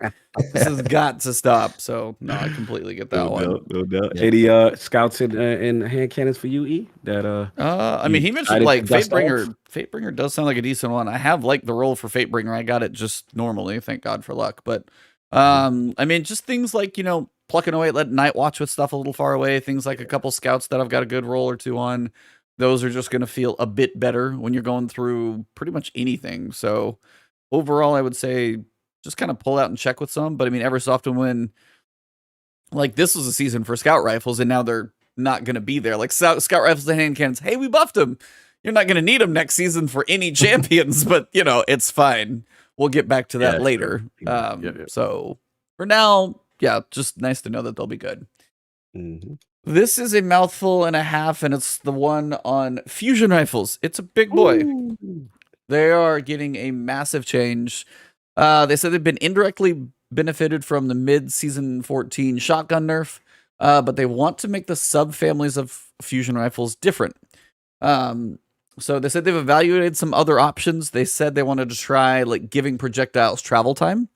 They said they did like the idea of this behavior in Destiny 1, but on investigation found that there are networking issues with firing rapid burst into non-hit scan weapons. So technical nature there. Burst rate of fire, which I don't know quite what that implies for a fusion rifle. I said this. I think they talk about like how it comes out of the gun, like ding, ding, like almost in like little chains. Got it. Yeah, I believe that's what they're talking about. Yeah, this would have meant touching design data and audio for every fusion rifle we've ever shipped. Well beyond the scope of what we wanted for this stage. So, well, too much. So, increase the PvE damage bonus such that all subfamilies have a 15% PvE bonus. They said previously high impact was 0%, precision was 10%, rapid fire was 12%. So everybody gets a buff. Sounds like high impact is getting the biggest buff in PvE. So busted out those high impacts for a bit more of a wall up onto your enemies. And then they said they pushed the subfamilies farther apart, adjusting charge time, shots fired per burst. Basically, all fusion rifles previously fired 7 shots, and now they've actually kind of changed that up. High impacts are going to fire 5. The precision adaptives, they're going to stick with 7. And then the rapid fires are actually going to fire 9. And I guess they're adjusting the balance and everything as well. So high impacts have a base charge time of 1 second. Precision adaptives are staying mostly kind of how you expect them to be. Rapid fires are going from 0.54 to 0.46. So before I go any farther, so we've got multiple different shots. They said they reduce the total damage per burst on the high impact ones. They increase the total damage per burst on the rapid fire. There's a lot of nuance in here if you guys want to read the details on this one, but as obviously the hosts have read all this stuff, Patty specifically is you are very good at breaking down tier lists and understanding what needs to be where and things of the science of these weapons. When you looked over all of this fusion rifle change, where did you land when you got done with it? Well, so, and to be honest, I don't use fusions a whole lot in PvP and D2. I actually did in D1, but they just haven't called me the same way in D2. When I have used them, it seemed like the higher impact ones were just pretty much the go-to thing. And I think what this is really trying to do is make it so there's, you know, a little bit more choice here where it's like not just, you know, 1 or 2 fusions that everyone goes for. So I'm excited to see how this plays out. I feel like this is the type of thing that it's hard to know on paper. Like you have to kind of like get in there and really see which ones feel good. And the complicated thing about fusions is that there's like different like, you know, amounts of bolts that need to hit for different breakpoints of like resilience levels and like, you know, the charge time, if that, you know, increases or decreases the damage. So there's like a lot of little, you know, finesse in there, but I think this is a cool system. I'm curious to see how they actually feel in PvP. I've been wanting to spend a little bit more time with them. So I think it's an interesting change. Gents, what about you guys? What you think? Fusions? Yeah. Fusions have been my favorite weapon type in Destiny forever. I remember Yeah, I know, the messed up thing is that the game like sort of forces you to not use them in like most situations. Like they're rarely the best choice in PvE. Oh, like they're pretty terrible in much never. PvE. Yeah. Yeah, they're really bad.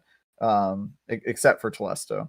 And in PvP, you sort of have to go to your way to do it. I remember when D1 came out, I was getting really sweaty in PvP, like right at that first couple weeks. And I went to the office, the IGN office at the time, and was like talking about like how my loadout and comparing notes. Oh yeah, obviously got an auto rifle because those were OP when D1 came out. And then I said I was using a fusion rifle. I was like, I love fusion rifles.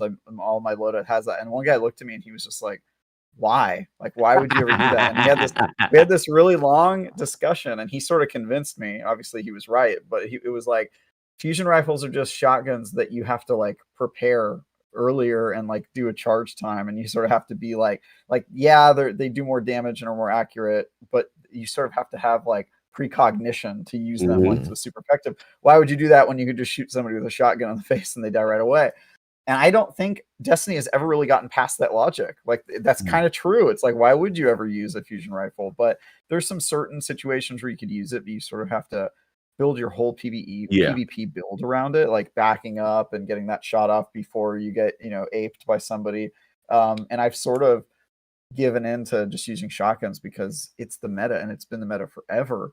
Right now I'm using slug shotguns just because that to me it makes the most sense. And combining efficiency with precision. But I really, really have always wanted them to like take a look at fusion rifles because it's like one of the most unique weapon types they have, and I'm just really excited to see them get some love. I've always thought fusion rifles have gotten the short end of the stick forever. Oh yeah, for longest. Just by virtue of what they do, the charge time and all that stuff, like they've just never sort of been in that right spot. So I'm hopeful. Like I agree with what PattyCakes said. I don't think we're going to really understand this until we see it in game, but it's good to see so much dedicated to that subclass of weapons because, like, gosh, does it really need it, man? It's really just needed it for a long time. It's funny. They remember back, like, I guess it was probably a couple of years ago now that Arantil was like so good. It could map people from like 50 meters away. I have so many clips of just landing a few bolts, and then they got that big nerf because people are complaining about it, and then it's like fusions since then have just been not many people using them. But actually that was funny. One of the things from the Vault of Glass I was most disappointed about was they didn't bring back the Praetorian foil, which was one of my favorite fusions in D1. I love that thing. And so I was kind of bummed, but I'm interested to see what gets popular. Yeah, and Vex Mythoclast sort of. I mean, we'll talk about that later. That's going to be a whole different weapon. Yeah, sort of a victim of the fusion situation as well. I'm totally with you, Travis. Like, I just fell in love with fusions in D1, and no one used them.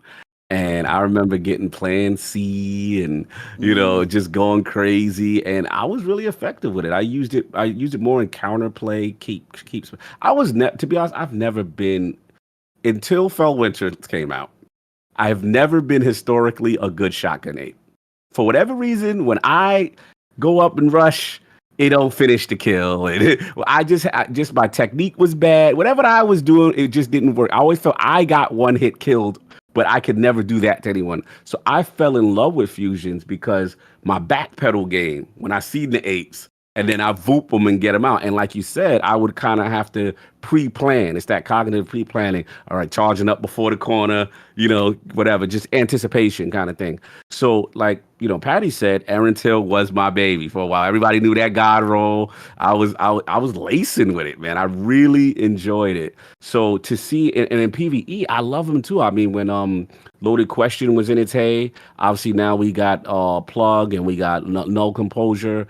I want to see what how much the distinctions between each fusion class is going to be with the rapid fires and the adaptives.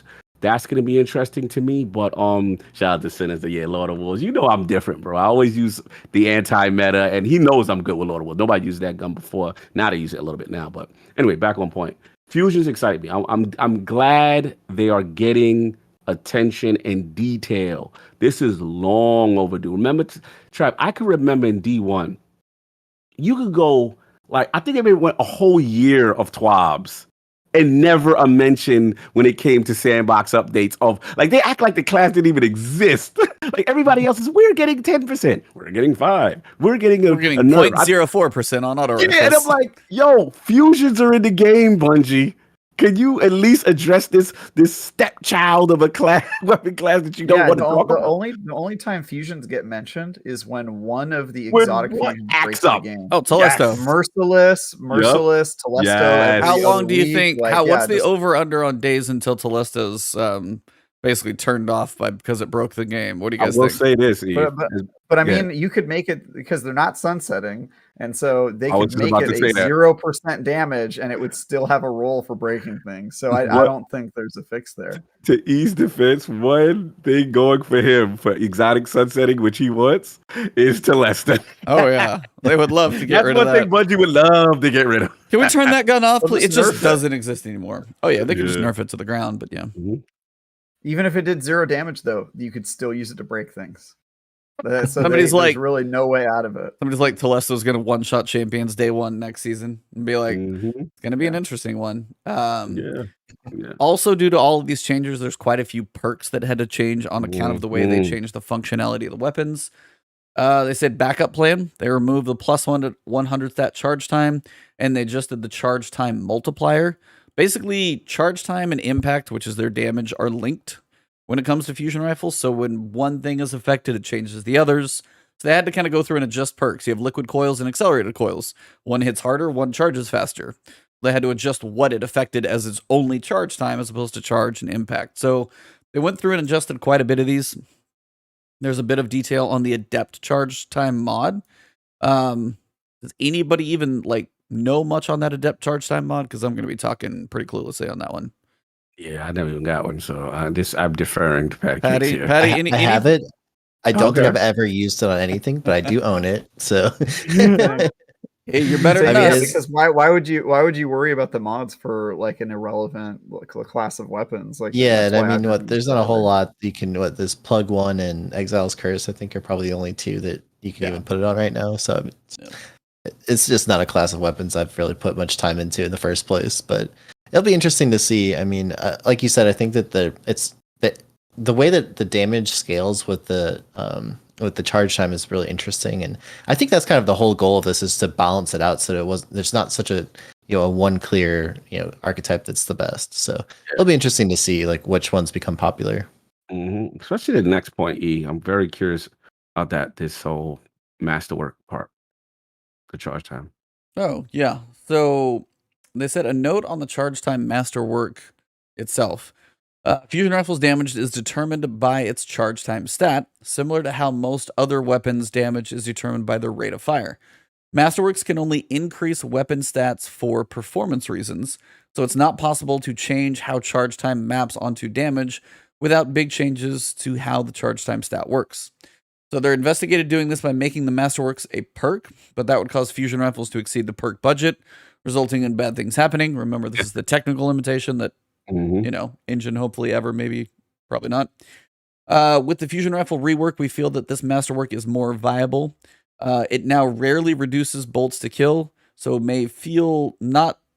So this was worded weird when I read it before. Yeah. So may feel like, I don't think that's written. Well, they're just basically saying, a lot, for example, accelerated coils in the past would be bad because it would charge a little bit faster, but it took a whole extra bolt to kill, which is a huge problem on a fusion rifle. That's makes it much harder to land the one it kills. So I think that's just what they're saying, is that this hopefully, I guess, when using that, won't make it so that you're gonna step down to a whole nother bolt being required. I think that's the whole goal with it. Gotcha. So they just changed up the fusion rifle stat order. Apparently, the order of the stats listed on the weapons wasn't the same as everything else for some reason. Fusion rifles sound like they've been neglected. So finally, somebody's like, "Fusion rifles, please!" And apparently, it got a focus team, so they went big on it. They said the big change in fusion rifles, including all exotic fusions, so we'll be watching for any major issues. Over under on 5 days for Telesto to break something, but we'll see if it's any faster than that. All right, now. More fun stuff. We had armor last week. This week, we have weapons, because exotic weapons obviously fall into the world of a weapon TWAB. The first one. Pour one out, everybody. Hope you enjoyed your time with it. Anarchy. Two main things. They reduced the total reserve plus magazine ammo from 26 to 16. And the reserve plus ammo, that's if you're wearing the mods, I think is the way that's written. And the reduced damage by 30% versus bosses, but champions are not bosses. All right, who's... Those debuffs are perfect. The two biggest problems, Anarchy's always had way too much ammo for that gun. Like, it just has never made sense. It's one of the reasons it's been so strong. And specifically, it's broken against bosses. It's just the standard go-to for melting bosses. So I actually think these are like the perfect way to debuff it without completely invalidating it. It'll still do as much damage as it always did. It'll still be good at clearing ads and killing champions and that sort of stuff. It just won't be, the go-to. Actually, it's not even go-to. It's basically mandatory. It's like the mandatory weapon to kill bosses. So I think it says a lot that the common way to use it is to like make a little fence around every door as your DPS weapon, and then also use it on the boss. Right. Like, yeah. like in most other MMOs, I think you'd probably be saving it for pure boss damage. So. Exactly. It's like it's good for boss damage and clears. It's great for solo. Like anybody who does like GM solo, most of the time I ever check anybody out running that, they're always running this. Always, because it's just like bink bink and just like hang out and hide, which again is a whole discussion over GMs and soloing, all that fun stuff. But yeah, the whole idea of just it, I think they managed it without killing it, which I'm actually kind of impressed that they only did these two, and I'm sure they'll watch it, but I think this is definitely going to change when and where it's used. Because you're not just going to go between the quick swapping and this. That whole methodology is kind of over, it seems like, because the quick swapping and Anarchy, like throw a couple on there and then do your quick swaps, they kind of nerfed all three of those pieces of it. So that seemed like a big focus of what they're going for. Yeah, I mean, it was the perfect weapon for every scenario. Yeah. Like it literally could do so much. And then with the breach and clear meta, they gave us our fun. Oh yeah, this was we do. And to be honest with you, brutally honest, I can't recall a situation ever running out of like Anarchy ammo. Like, yo, I'm low. like I don't really recall those situations, especially those scavengers. I mean, it was now that 30% boss is going to hurt some, but listen, they're going to protect the game. At the end of the day, when this is like, Travis, you said it perfectly. Like when this is the de facto weapon to use for endgame, it was going to come. It was only a matter of time. It's still going to be good. I love that champions are not going to be affected. You still could, do your damage there and GMs and stuff. But the days of loading this up for and 6 people in a raid and in the grand, it's over, boys. Pour one out for the homie. It was a good run. It was a good run, man. It was, hey, we had fun, but it's still going to be effective, just not as dominant as we known it before. Yeah, it was like me. I don't even use the damn thing because I do videos with legendaries only because I'm like, hey, I know not everybody has the weapon. Now you don't have to worry about it. So good stuff. Xenophage, already top notch, and I'm surprised they actually didn't kill it because I thought it was going to get a little worse. Mm-hmm. So they said they reduced the rate of fire from 120 to 90, but it received less of the machine gun damage buff. So in general, they said the damage per bullet is going to be bigger, but it's going to be basically result in slightly lower damage per second, but higher burst and sustained damage. So it's kind of their way to slow it down, but still keep it, relevant. Like if you put a single shot into something, it's still going to hit like a truck, but it's not going to be quite as dominant, it seems. I think they were trying to make sure the machine gun buff didn't make it insane. Yeah. Yeah, this would have went through. They knew this was going to go through. I'll jump in, obviously, but yeah, Xeno's been a terror. Like Xeno's that weapon. You know what I'm saying? So I totally was like, oh yeah, is this gonna be the rain? They had to pull it back. That rate of fire. I almost think of like I don't know. It's not as extreme, but I almost think of like Leviathan's breath. Like how hard it hits, but that pull time, right? That DPS for that bow, it's going to take a while. So effectively during a damage phase, you're not going to be able to get a zillion of these shots off as you could in the past. And I think that's what it is. They want to bring that rate of fire down so that it's not constantly pumping out that high damage so fast. So I mean, it's fair, I think. But what do you guys think?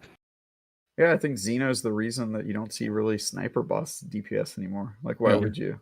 It does as much damage. It shoots faster. You don't have to aim it as hard. Like, I think this might actually see possibly. I mean, snipers are not in a great place. And Snipers they're need also a not really buff addressed again, in this, yeah. but Yeah, I could see a sniper strat being more viable now that Xeno isn't going to be as dominant. But yeah. Mm-hmm. I'm really curious to see how this actually impacts it in PvP, just because this, I mean, 120 to 90 RPM is a pretty giant rate of fire change, and I'm not sure off the top of my head what like the base damage does for like a single shot in like regular PvP, but I'm trying to think. It's either a nerf or a buff, and I'm not sure. Yeah. I have to like figure out that. I haven't used it for a minute, but yeah, it'd be interesting. So I remember. I feel like Xeno. I used to use it in PvP. I still think it's 2 It'll shots. still be a one-hit kill. One shot. I was It's going two to say because shots. if it's still, it was a one shot to the body, I think, right? I'm trying to remember, and if so, then it's a nerf to the gun, right? Because it's going to shoot slower. So Right. but Correct. I don't know, maybe it'd be better against supers or something. Who knows? But Mhm. it'll be interesting to see. Shout out to the sleeper simulant, boys. I feel things coming on. I feel things Oh, coming boy. on for the sleeper. Woo, my Every baby. week we got to hear him talk about sleeper simulant. That's right. The rise to the top. It's been a long road.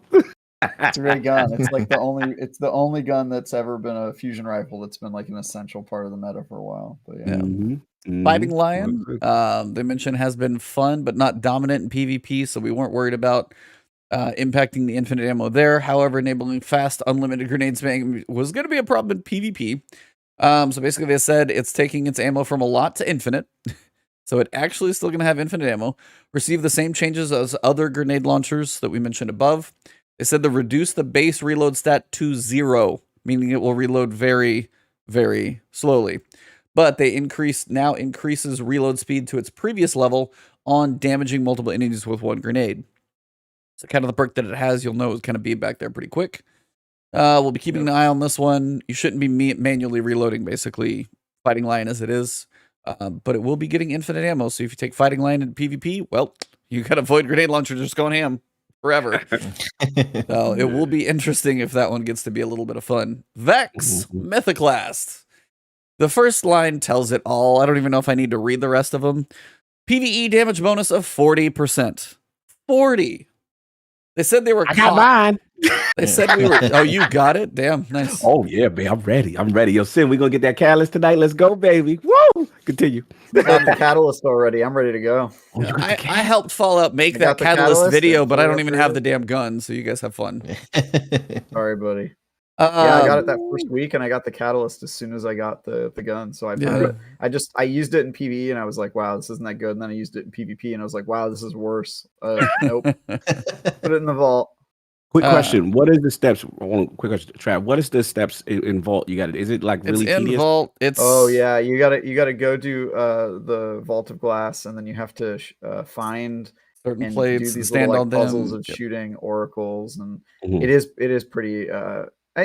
We had fun doing it, but like maybe it felt tedious because I had just got done doing Vault of Glass a bunch of times. I don't want to do this again. But Yeah, like it's similar to the tediousness of the one from the garden, right? Divinity, The extra, yeah, like, Divinity. It's like it felt similar about like to that, like yeah. just a little that extra one's one stuff. encounter. This one you have to do throughout the raid. Yeah, you got to do like 4 or 5 of these things. Well, right? you have to Oh, do no, that in you're the right. There Divinity. were You have to do like a little puzzle each time. Yeah. The only part that I thought was yeah. interesting, I actually also did it with Fallout, and we at the very end there's sort of like a little Kovacs like scenario where you have to keep shooting a whole bunch of them real fast because you have to shoot the oracles in a particular order. When I did? So, Were you? I was going to say I think maybe. That sounds familiar because I know the last one I shot all 7 because I recorded it for him.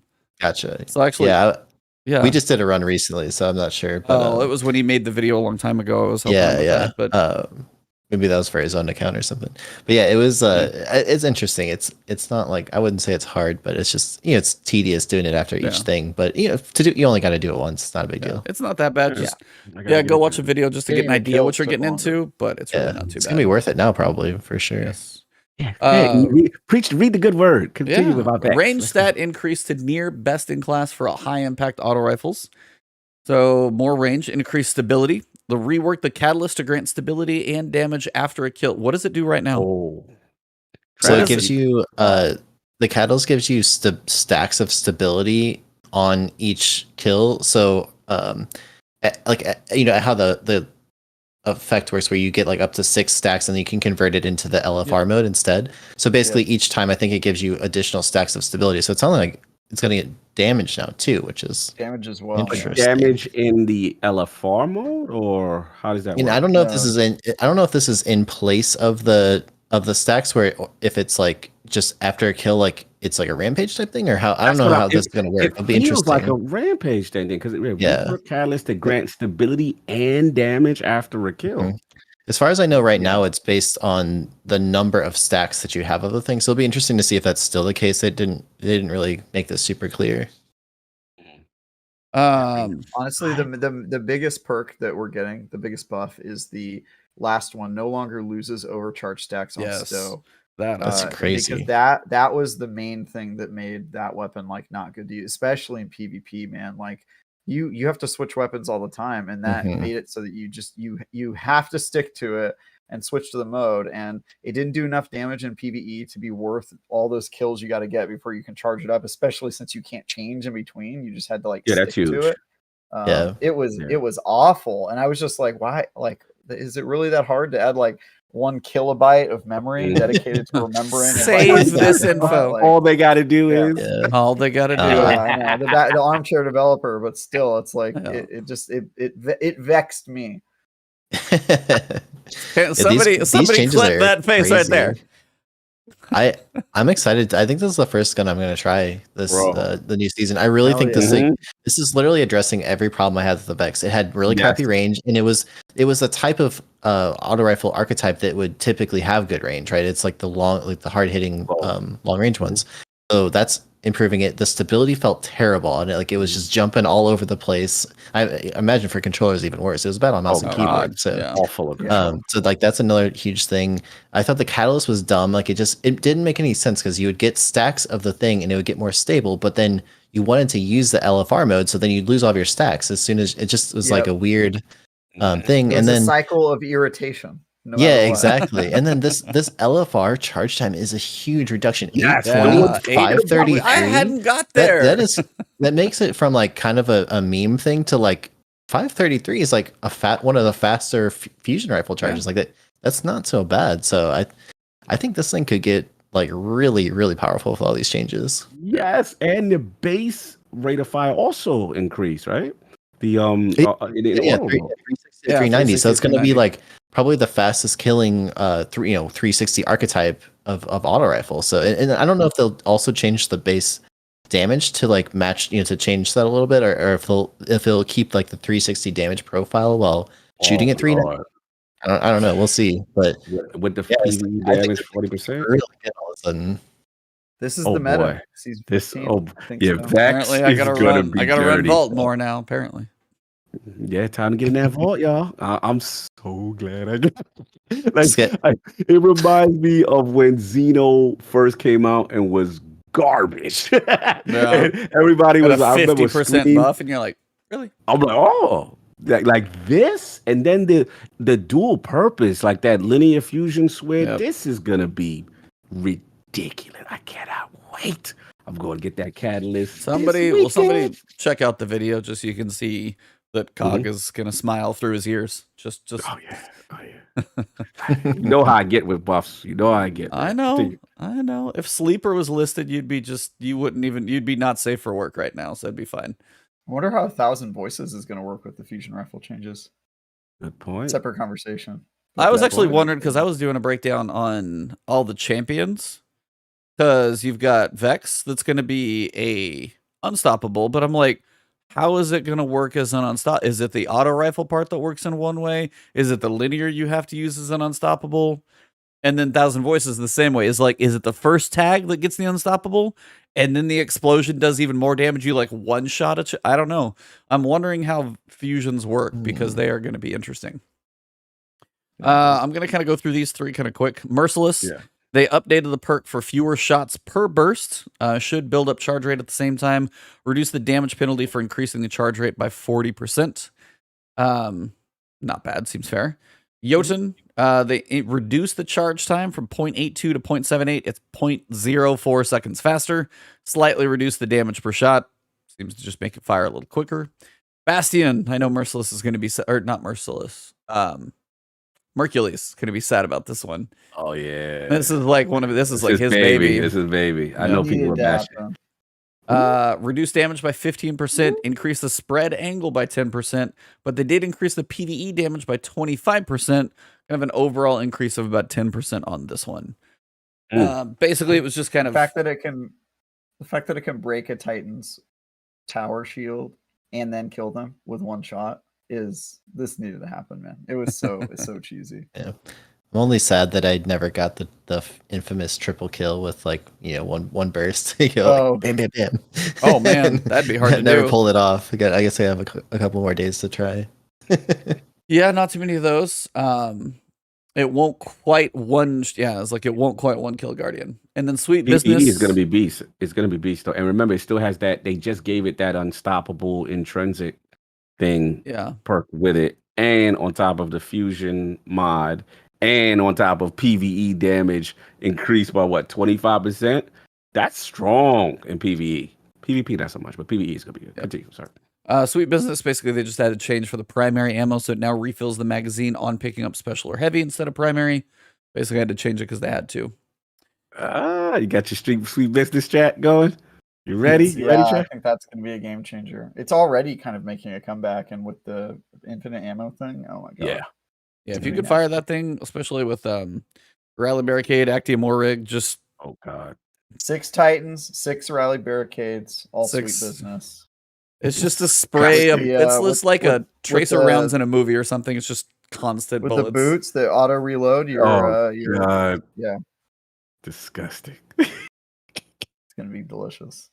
Couple perks they want to change. Firing line, they basically reduce the damage bonus to 20% precision damage for all supported weapons. Strange, but fine. They said certain damage perks affected impact damage on explosive weapons. They've updated it also for the detonation damage, kill clip, rampage, adrenaline junkie. Pretty straightforward stuff there. They said in the more distant future, but still before Witch Queen, linear fusion rifles and caster frame swords are still not where we want them to be.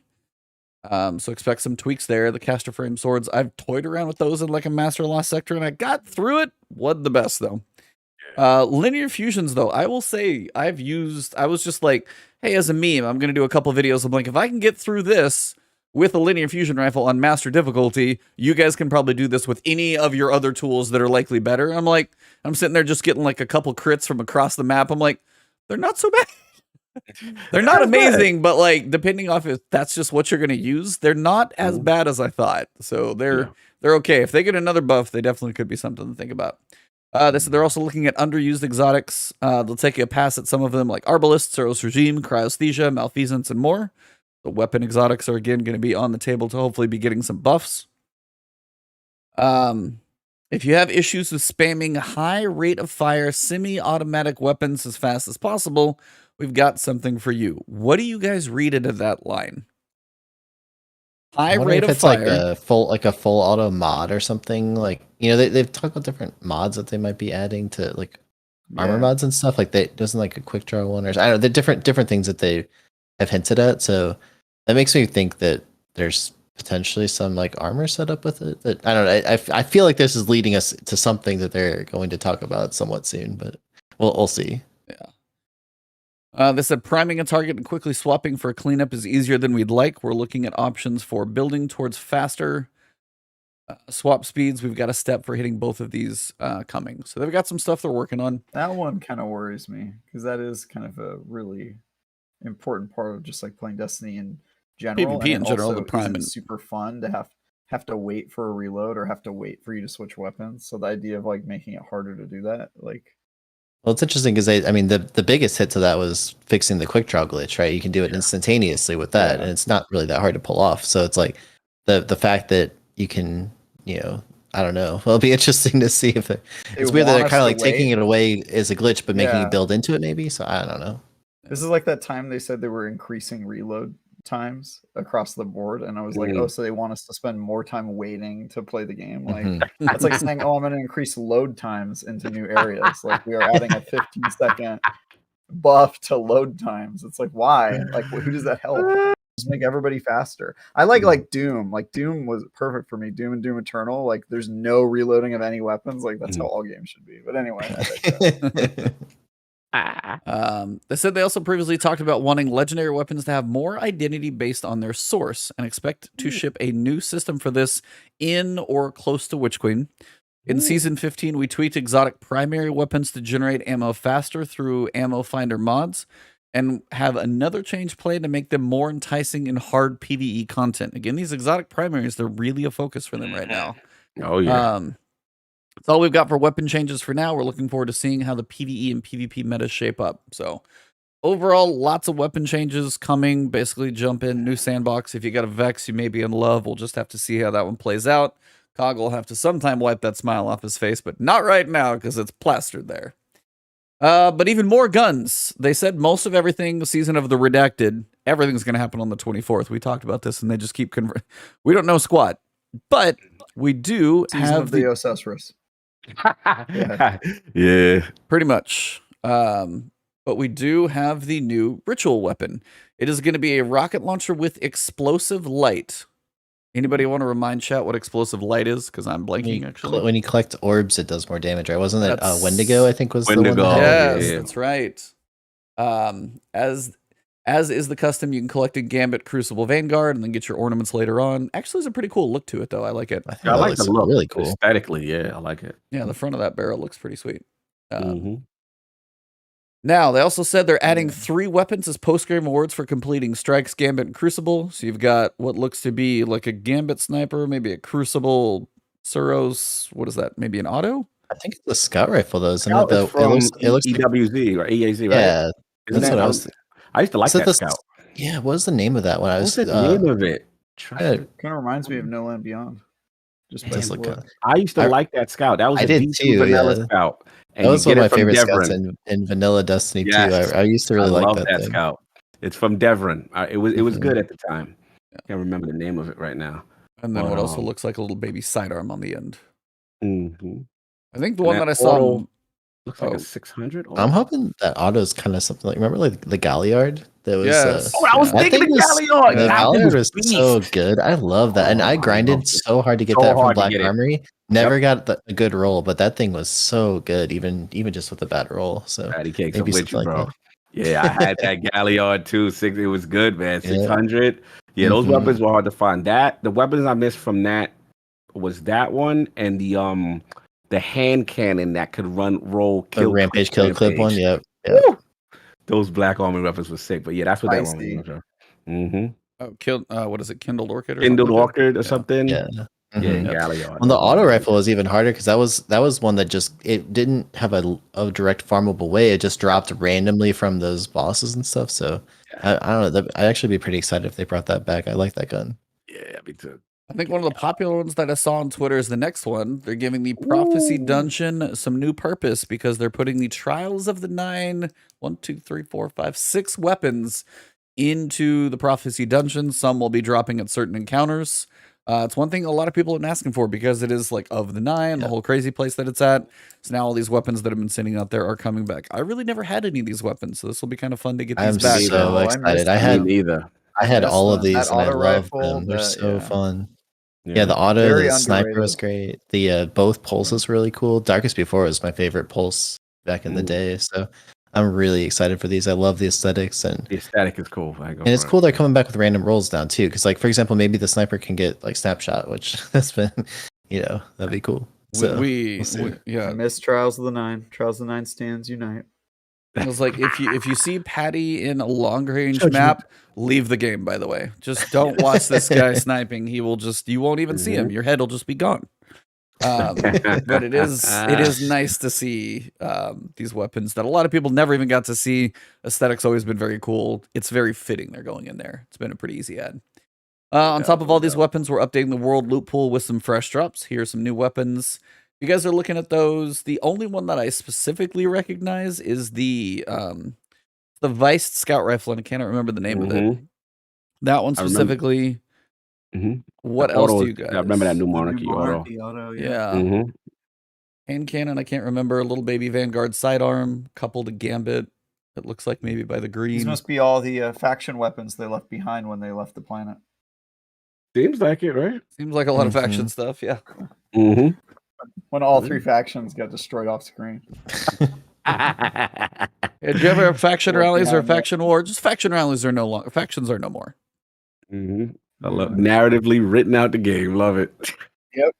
That was kind of funny. I ain't gonna lie. That's hilarious. No more weapons in the wild. We like that. Yeah. So I mean, the pool keeps building. More stuff's going to be there. Obviously, nothing is ever sunset. So I'll just kind of be curious if we ever get to the point where like the world loot pool has 400 weapons. Now we have to sunset stuff again because there's too much. Last week's TWAB was a C- for me. This is an A. There you go. Like this TWAB is great. It does so much right, and it actually makes last week's TWAB a little better too, because now I'm understanding some of their logic with some of the buffs, and yeah, I think this was an awesome TWAB. They should have put this one first, in my opinion. Yeah. I'm with it. We get some new guns, but there's also a lot of reissues in here. People are, chat saying new red. It's like that's a lot of reissued guns. Some new perks, some will be fresh for a lot of people, and it depends. Like, I mean, when you go through and make videos for content, you're like, oh man, I'm pretty new to the game. I'm jumping in. I'm like, should I be excited? And you're going, sure, yeah, you got a whole lot of stuff to look forward to. Us who've been around for 7 years, you like, some new roles, some new perks, things that you can use again are good, but also on the some side, it is still. They're working the reissues. I think it's just putting more and more like, if they're doing the reissues now and Witch Queen is even better for it, I'm totally fine with it at this point, I think. Yeah. I have to say, I feel like I'm more excited. Like, I've been a little jaded about Destiny lately, honestly, just because I've been, like you said, playing for 7 years. Like, not that much is changing, but I'm actually really excited about this new season now. It's like, I think that they're doing a lot of smart things in the sandbox to emphasize more primary fights for PvP. I think the PvE will be interesting with a lot of new weapons to try out and different things that they're doing. Like even just the subclass changes will be interesting. Yeah. And announcing the anti-cheat's a huge step in the right direction. New trials changes we don't really know much about yet. Like there's actually I think a lot of stuff to be excited about. Even just the trials of the 9 weapons coming back. Like I'm excited to get some of those again and try a different role. So I'm more excited I think this season than I even was at the beginning of last season or any of the previous ones. So. I agree. I'm with you. I mean, yeah. I mean, it's a lot of positive energy in the air. I love this update. A lot of things getting addressed. Fundamentally. Then we got the weapon, and then again, all of this is still a precursor to Witch Queen. These are tons of changes. Yeah, bro. It's setting up nicely, man. He ain't gonna stop my joy. E. You ain't gonna stop my hype. I'm excited. I ain't tempering no expectations, damn it. I'm ready. This is a lot of changes, man. I'm excited. It's so much. And I think, Travis, that what you said earlier, which is I'm starting the veil behind the curtain of the long-term plan with the weapon archetypes, the different, elements and with Stasis, and then maybe a poison class or something that is rumored, right? And like we're starting to see things take shape. And to me, Stasis represented the new wave of how they want to do things, from a class standpoint. And I mean, anti-cheat is huge, y'all.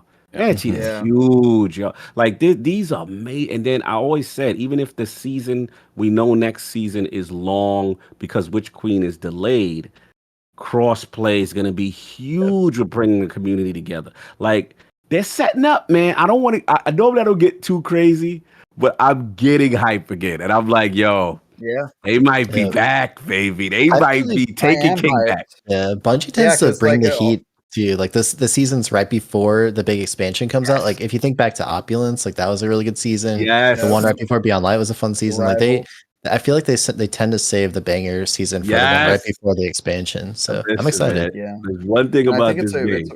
It's really exciting to see so much focus on the sandbox because it's been neglected, I think, in favor of just like pumping out content and letting the sandbox sort of sort itself out.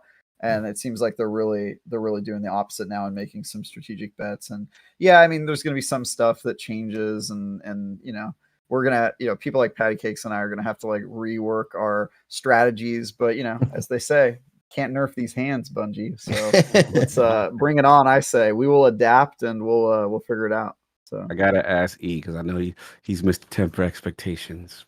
So like, is the hype? I see the tweets, sir. The tweets from you say excitement. The tweets from you say can't wait. Countdown in days. Oh, of So what's course up, man? I'm hyped, dude. There's no way I'm not.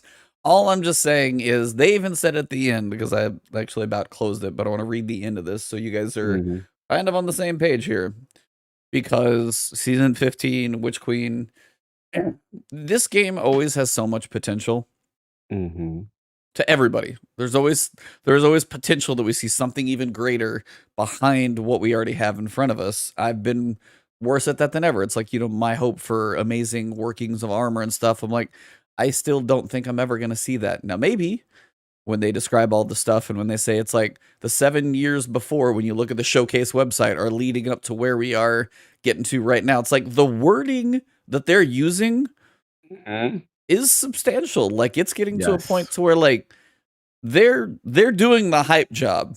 So if they don't live up, it's partially on them, because they really are saying like 7 years has been leading up to this. This is like an adventure you've never been on before.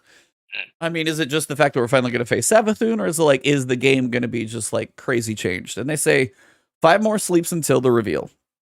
You are more than welcome to join us on our main channels, but if you want to co-stream it, that's totally fine. We've been hyping this up, but at the same time, don't want to over-hype. Let's just say you should expect at least one video and someone talking about Destiny. I've said too much. Listen, we are excited and hope you enjoy what we've been cooking up. See you next Tuesday. And that's kind of the biggest thing about it. It's always with this game, it's better to keep your expectations in check.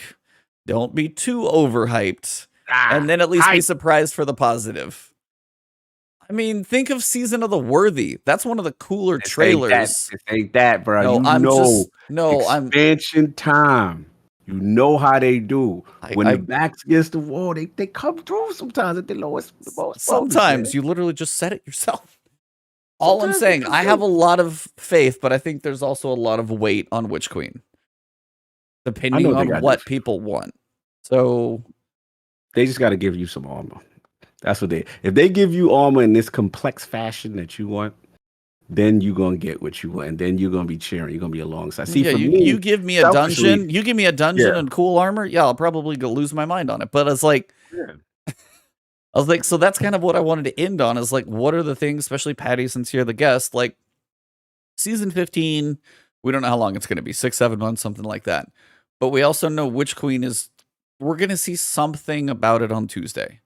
What do you want to see the most? I know you're a PvP guy, but I mean, story's been interesting, kind of building. Do you even care about it? Like, what's your hope for Tuesday? So the thing is, I definitely play PvP the most. Like, that's where I spend the most time.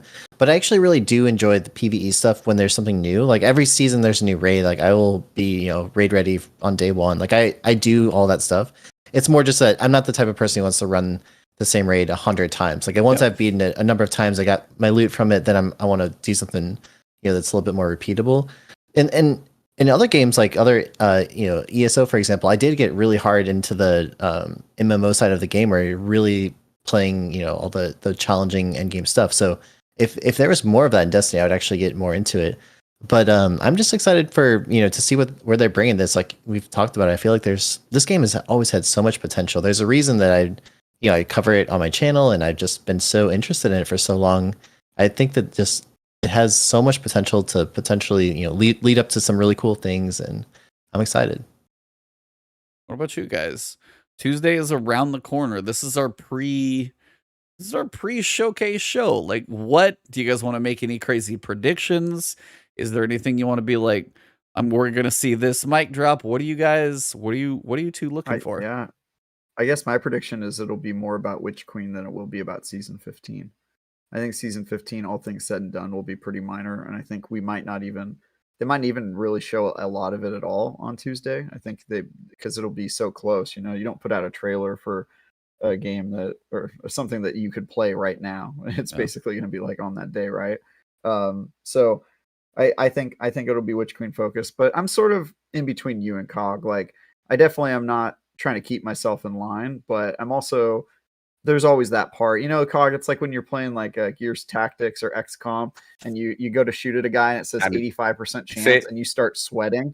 because 85%, and if you've ever played an XCOM game, is Facts. like terrible. Like you're gonna miss 100% of the time. That's sort of what I feel like with Destiny. Is like we're aiming on the guy. It says 85% hit chance, but it's Destiny, man. There's always a little bit of worry in the back of my mind that it's not gonna go the way that we planned. So we'll see, man. I trust that everything is showing me that they're thinking about Destiny's future and they're serious in a way that I didn't see before Beyond Light that scared the crap out of me. Because every time they showed anything for Beyond Light, I was just like, dude, I don't know. These supers don't look like they're thought through. The amount of content that they've shown, like it looks like they've shown all of it. It's going to be one of those bosses, Aramis, that we forget about 2 weeks after she's gone, and after the campaign's launch. It had all these red flags. And maybe it's just because I know less about Witch Queen that I don't have the same red flags. But it just so far I'm definitely comforted by what I've seen so far and just the way that they're talking about it. So it just feels like they sort of got their groove back, Yeah, I mean, I'm hype. I'm hype, and I don't get honestly, I really don't get super hype all the time with them. But this is what I am. I mean, one, I think narratively they're the best I've ever seen them. Yes, and right now that is probably my number one excitement. How this transitions, what's going to happen. And dare I say, maybe we get, Cade type moment for a transition into what this new season, I mean, not the new season, but the new expansion is going to be, right? I agree with you, Travis, that the season, I ain't getting too crazy about. Yeah, the next 15 is season. Yeah, 15 is like, okay, what are you going to do to just transition crossplay? in? I think it's the season of it's crossplay. Right. Yeah. Narratively, I'm curious, what happens, right? But we all know what the big thing, and to me, I think that's what this is, right? This is to reveal what you're really looking for, and and in this whole Savathun saga. So narratively, I think we're gonna get something big. They're screaming from the rooftops, I feel. Yeah. So when you start yelling out Bungie, you're tweeting, and they're doing big things. The employees are yelling. Yeah, once the employees get like that is big. Also, I do think we get some news with them as a studio, maybe even if it's small, what I'm saying, some news what's going on. There's a lot going on with them. I find it very interesting that it's the same day as the Xbox Gamescom day. I'll just expect Witch Queen to be part of Game Pass. I talked about that. Yeah, right. That's what I was going to say it loud. That's so at the end of the day, to me, that would note, just like Beyond Light, that expansion is most likely going to be in Game Pass. And that relationship has been there. We know Phil, his favorite game is Destiny. Yeah. I think they're in a great relationship, both of them. I don't think it's any acquisition type talk, but I think it will be, it's like, friends with benefits. You don't need to get married. Everything's good the way it is. You know what I'm saying? They like their independence. Microsoft, will woo them with this bag. You can date other people on the side. Yeah. We're good. Yeah. So it's got that. But yeah, I'm looking for narrative. But I do think they're gonna deliver. I really do. I really feel good about it. Everything's lining up right. They're doing the right things. A sandbox foundation, and everything's setting up for something truly epic. For Witch Queen. But I'll give it to you, E. Like you're like in the middle. You're like you don't know. My biggest thing is, from everything I'm gathering so far, whether it's, as you said, the Bungie employees 6 months ago tweeting out what they did. Bungie. Yeah, Bungie. And you're going, what is this? You got somebody like PattyCakes who got to go to a community summit, which I know you can't talk about. That's totally fine. But I was like, they've been doing those things again, where they get to get the community involved multiple times, to my understanding. They've been growing, they've been bringing in some of the people, like Hoplite got to go work there. You've got people who are just so deep in the community that are going to be in the mix on this thing. Some things are major and can't change, in 6 months. But also some of the refinement, hopefully in that time that they're trying to do for Witch Queen, can be big enough. And I want to be ecstatic. And I want to be blown away. I just also know, as you said, Travis, Beyond Light, is this going to be Aramis? Is this going to be the worm god that we kill in the story mission on a strike? there's both sides of that we've seen of this. Like me what Taken you King. need.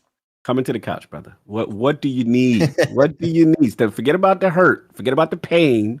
What do you need for you to say, yo, they did it?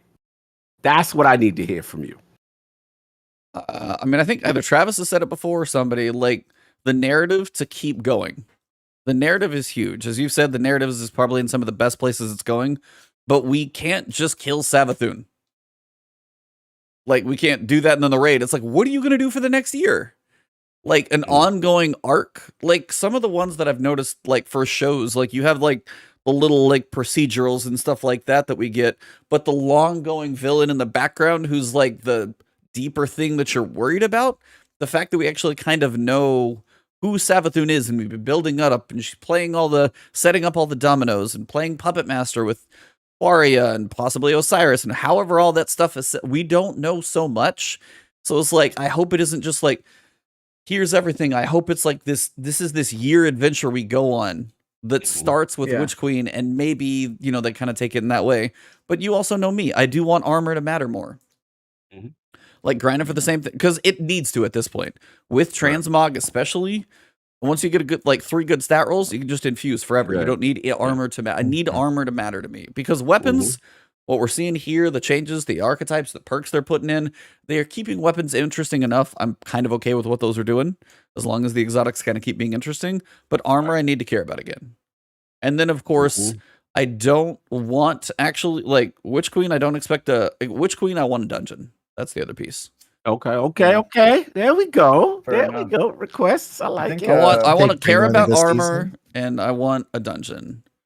What? For the story thing, I think, like, obviously I've said on the show like a million times, and I said it on Fireteam chat like every week, like we need a long-term villain, and we always thought that the darkness was going to end up being that, and it doesn't seem like that's going to happen at this point. It's going to be like your thing.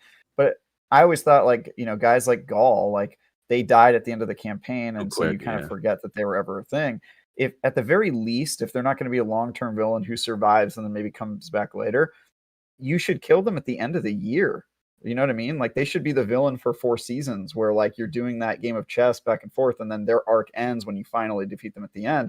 I think same thing with Savathun. Like, introduce her in season 15, but in the distance, have her come hard during the Witch Queen expansion, and then make that whole year of content around us fighting her, and then have like an epic conclusion at the end where, you know, it's over and you kind of get the ending of that campaign. I think the reason they've been limited in their ability to do that in the past is, one, because they never really fully embraced the games as a service model, and they expected, like, oh, we're selling you a campaign, it has to have a beginning, middle, and end, because that's what people are going to expect. And they were just a different company back then, where, you know, Activision was still, during Forsaken, they kind of had to present like a finished product. I think now they have a lot more freedom. So if they want to mess with that model and make it like a year-long fight where they kind of drip the campaign and you don't actually even finish the full campaign during the initial season, I think they have the ability to do that now. So I'll be interested in seeing it. But I agree with you. Like, at the very least, like, it can't just Savathun cannot be a footnote. She cannot be another Aramis, like, Good frozen. Good point. Actually, Aramis was technically better because she's not dead, technically. Like, I would have taken that with Gaul or with Oryx. Like, the fact that we keep killing everybody so easily. Not even easily, it's just quickly that I really don't like. There's no development. You barely get to know them as a character. Here you go, Travis. Imagine if you killed Darth Vader in the first 10 minutes of the movie. Like, right? Yeah. You're like, why did we kill him? And you figure out later on why it matters. But New Red did bring up one other thing I do want to mention. Because we talked about before when it came to how many seasons were listed in certain TWAB. We had a season 16, which is Witch Queen. We had a 17 and 18, but we don't have a 19. I'm honestly wondering if they change up their seasonal model, cadence, pacing, and if they're going to talk about that on Tuesday. Because that, I think, to me, is something... You don't think so? You don't think they change it, or you don't think they talk about it? I don't think they talk about it. I don't think Tuesday is about them talking to their super core player, their extreme player who is, that's a TWAB thing. Like, if they're going to change their seasons, I think Tuesday is about big headlines, announces, you know, catchy release trailers. I don't think they go and talk about like shotgun spreads. I agree. Tuesday event. I think Tuesday's about it's the same thing as the Beyond Light hype, right? They're just trying to build up hype, try to get people who have been on the fringes. Maybe they've been watching videos, but they're not playing actively right now, or they've heard about Destiny, but they're not really that into the game, or haven't tried it. I think it's about getting those people excited for Witch Queen. I think there absolutely should do fewer seasons, though. Absolutely. But I just because it's so clear that they're kind of like delaying the game. Like, here's a public event that is just like another one you've done. Like, it's so clear what they're doing. But I don't know if they'll do it just because it's such a source of revenue for them. Everybody's buying the season passes, and then they have all the stuff you can buy in the Eververse store, and it keeps the player base alive. So I don't even know if that's a possibility for them. I do think it would benefit all the players if they got more time to work on their stuff and we got some time to play other games. Because God, man, do I I've enjoyed this past like month or so where it's been really dead, because man, I've been able to I got stuff done. Yeah, I got stuff done. No, I hear you. To what he was New Rat was referencing. Yeah, the reason why I struggle with it is because remember, we were at GCX, and we were literally in the the seminar / forum where they talked about the need for the when Deej was there, the need for the seasonal model and how they were shifting, right? So, from a dev standpoint, I mean, I'm not saying it's out of the question, but I just think structurally it kind of benefits where they're at right now from a resource standpoint, and then kind of pull everything for the big expansions, the big changes. Mine wouldn't even be as much it's not to get rid of the seasonal model. Okay. But it's to, as Travis said, less seasons. But maybe just like a bigger season in there, give it more spacing, give them time to put stuff in, because when you get a season of the Worthy or you get a season of Revivals that is based around a public event, that's not that much. Now, the storytelling has been cool, and we got like Override and we got Expunge. Override was another public event, basically, with a boss at the end. So, I mean, you have those types of things being this focus that you run 100 times during the season. Right. If they get a little longer and those things are cooler, but you only have a couple of them, is that going to sit better than three extra seasons with slightly smaller stuff, or 2 extra seasons with a bigger thing each time? It's just like how many seasons they do is, I think, more the cadence that I would be curious of, because I think they would be better off spreading it in trimesters instead of quarters to get more time on everything. And as Travis said, it's like they need to accept the fact that people need a break from Destiny. And I think like giving that bigger, like the time like this for a month, people now are getting ultra hyped because, if you're playing PvP, you will, and hopefully that feels a little bit better. But yeah, the drip feed, as New Rad said, is the other piece. The drip feed on the weekly story, like, it can't be a 16-week story. I'm going to lose my mind if that happens. So it's like, it's a balance. Like, the shorter seasons, you can do like the 10-week story, get like 6 weeks off, and then you get another one. But then those stories also feel like they need to connect. Because you had Caiatl, where'd she go? Then you've got this one, and then we're gonna like bail on. So it's just like the weird anti-connected stories versus. I'm not suggesting they drip feed their entire campaign for their major expansion. I'm just saying, imagine if there were only 2 seasons, 2 seasons in addition to the main expansion, and they did self-contained campaigns for each of those that were all connected, and it's sort of like a beginning, a middle, of an end of one larger campaign. Obviously, the first one would probably be the largest. Then you got the second one that maybe has like a dungeon, and then maybe the third one ends in like a raid that is like part of the story or something like that. Like, if they did a model like that where they connected all 3 and you could play all of them right when they came out, but they were like chunkier, had more in it, and were part of the same story. I'm with you. Like, they need to be connected.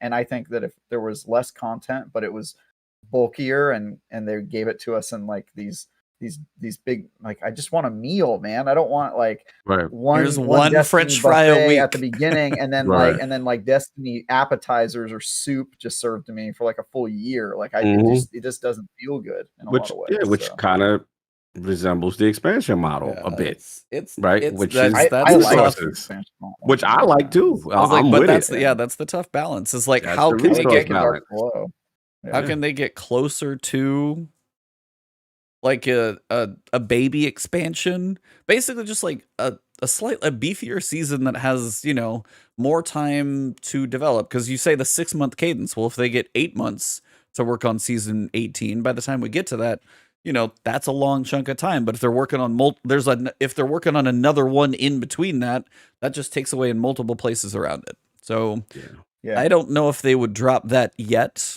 but I was like, if that's one of those, like, heart to hearts, like, hey, we're going to 2 seasons. That's more the curiosity than anything. But we rambled a lot, Patty. I know you got anything else, but I also want to make sure you can get to your day. You got anything else you want to add before we go? Not too much. I'm just excited to see the employees at Bungie really excited. I think that's a good sign, right? It's like, we don't know what's really coming, but if they're excited, and you can see it, I think in the TWABs, it's like escalating. There's more meat to them coming out. The random tweets, like people just seeming like there's stuff that they're excited. And like you said, I can't really talk about the summit I went to, but other than just saying it was clear that they're passionate about the game. They're really excited about what they're building. And, it's just cool to even just see more transparency on like the nitty gritty PvP stuff like we were talking about. It's just like, that's communication we didn't have 2 years ago. And it's cool to see, more and more of that. Agreed. And one thing guaranteed, the trailer going to be fire, regardless of whatever. 100%. The trailer going to be fire. That's going to be one of those when I'm over here, like recording a reaction, like, holy dude, like there's going to be. Yeah, we'll get the reveal. We'll get the reveal. Two things about Destiny that you could always count on. Amazing gunplay. I thought you were going to say disappointments, but no.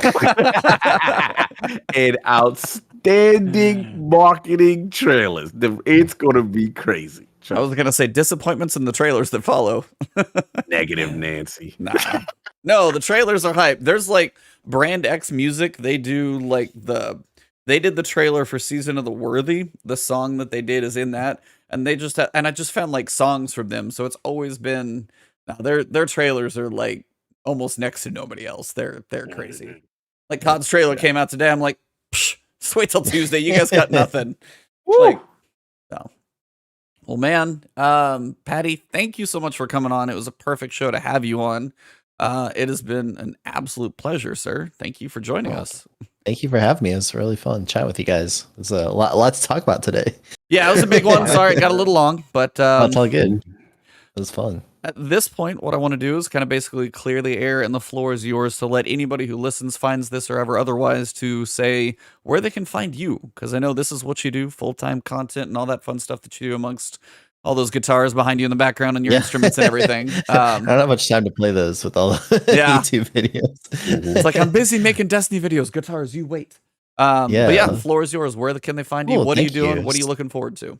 Yeah, so my main gig, I guess you'd say, is on YouTube. I try to make videos roughly once a week. That channel is youtube.com/PattyCakes Gaming.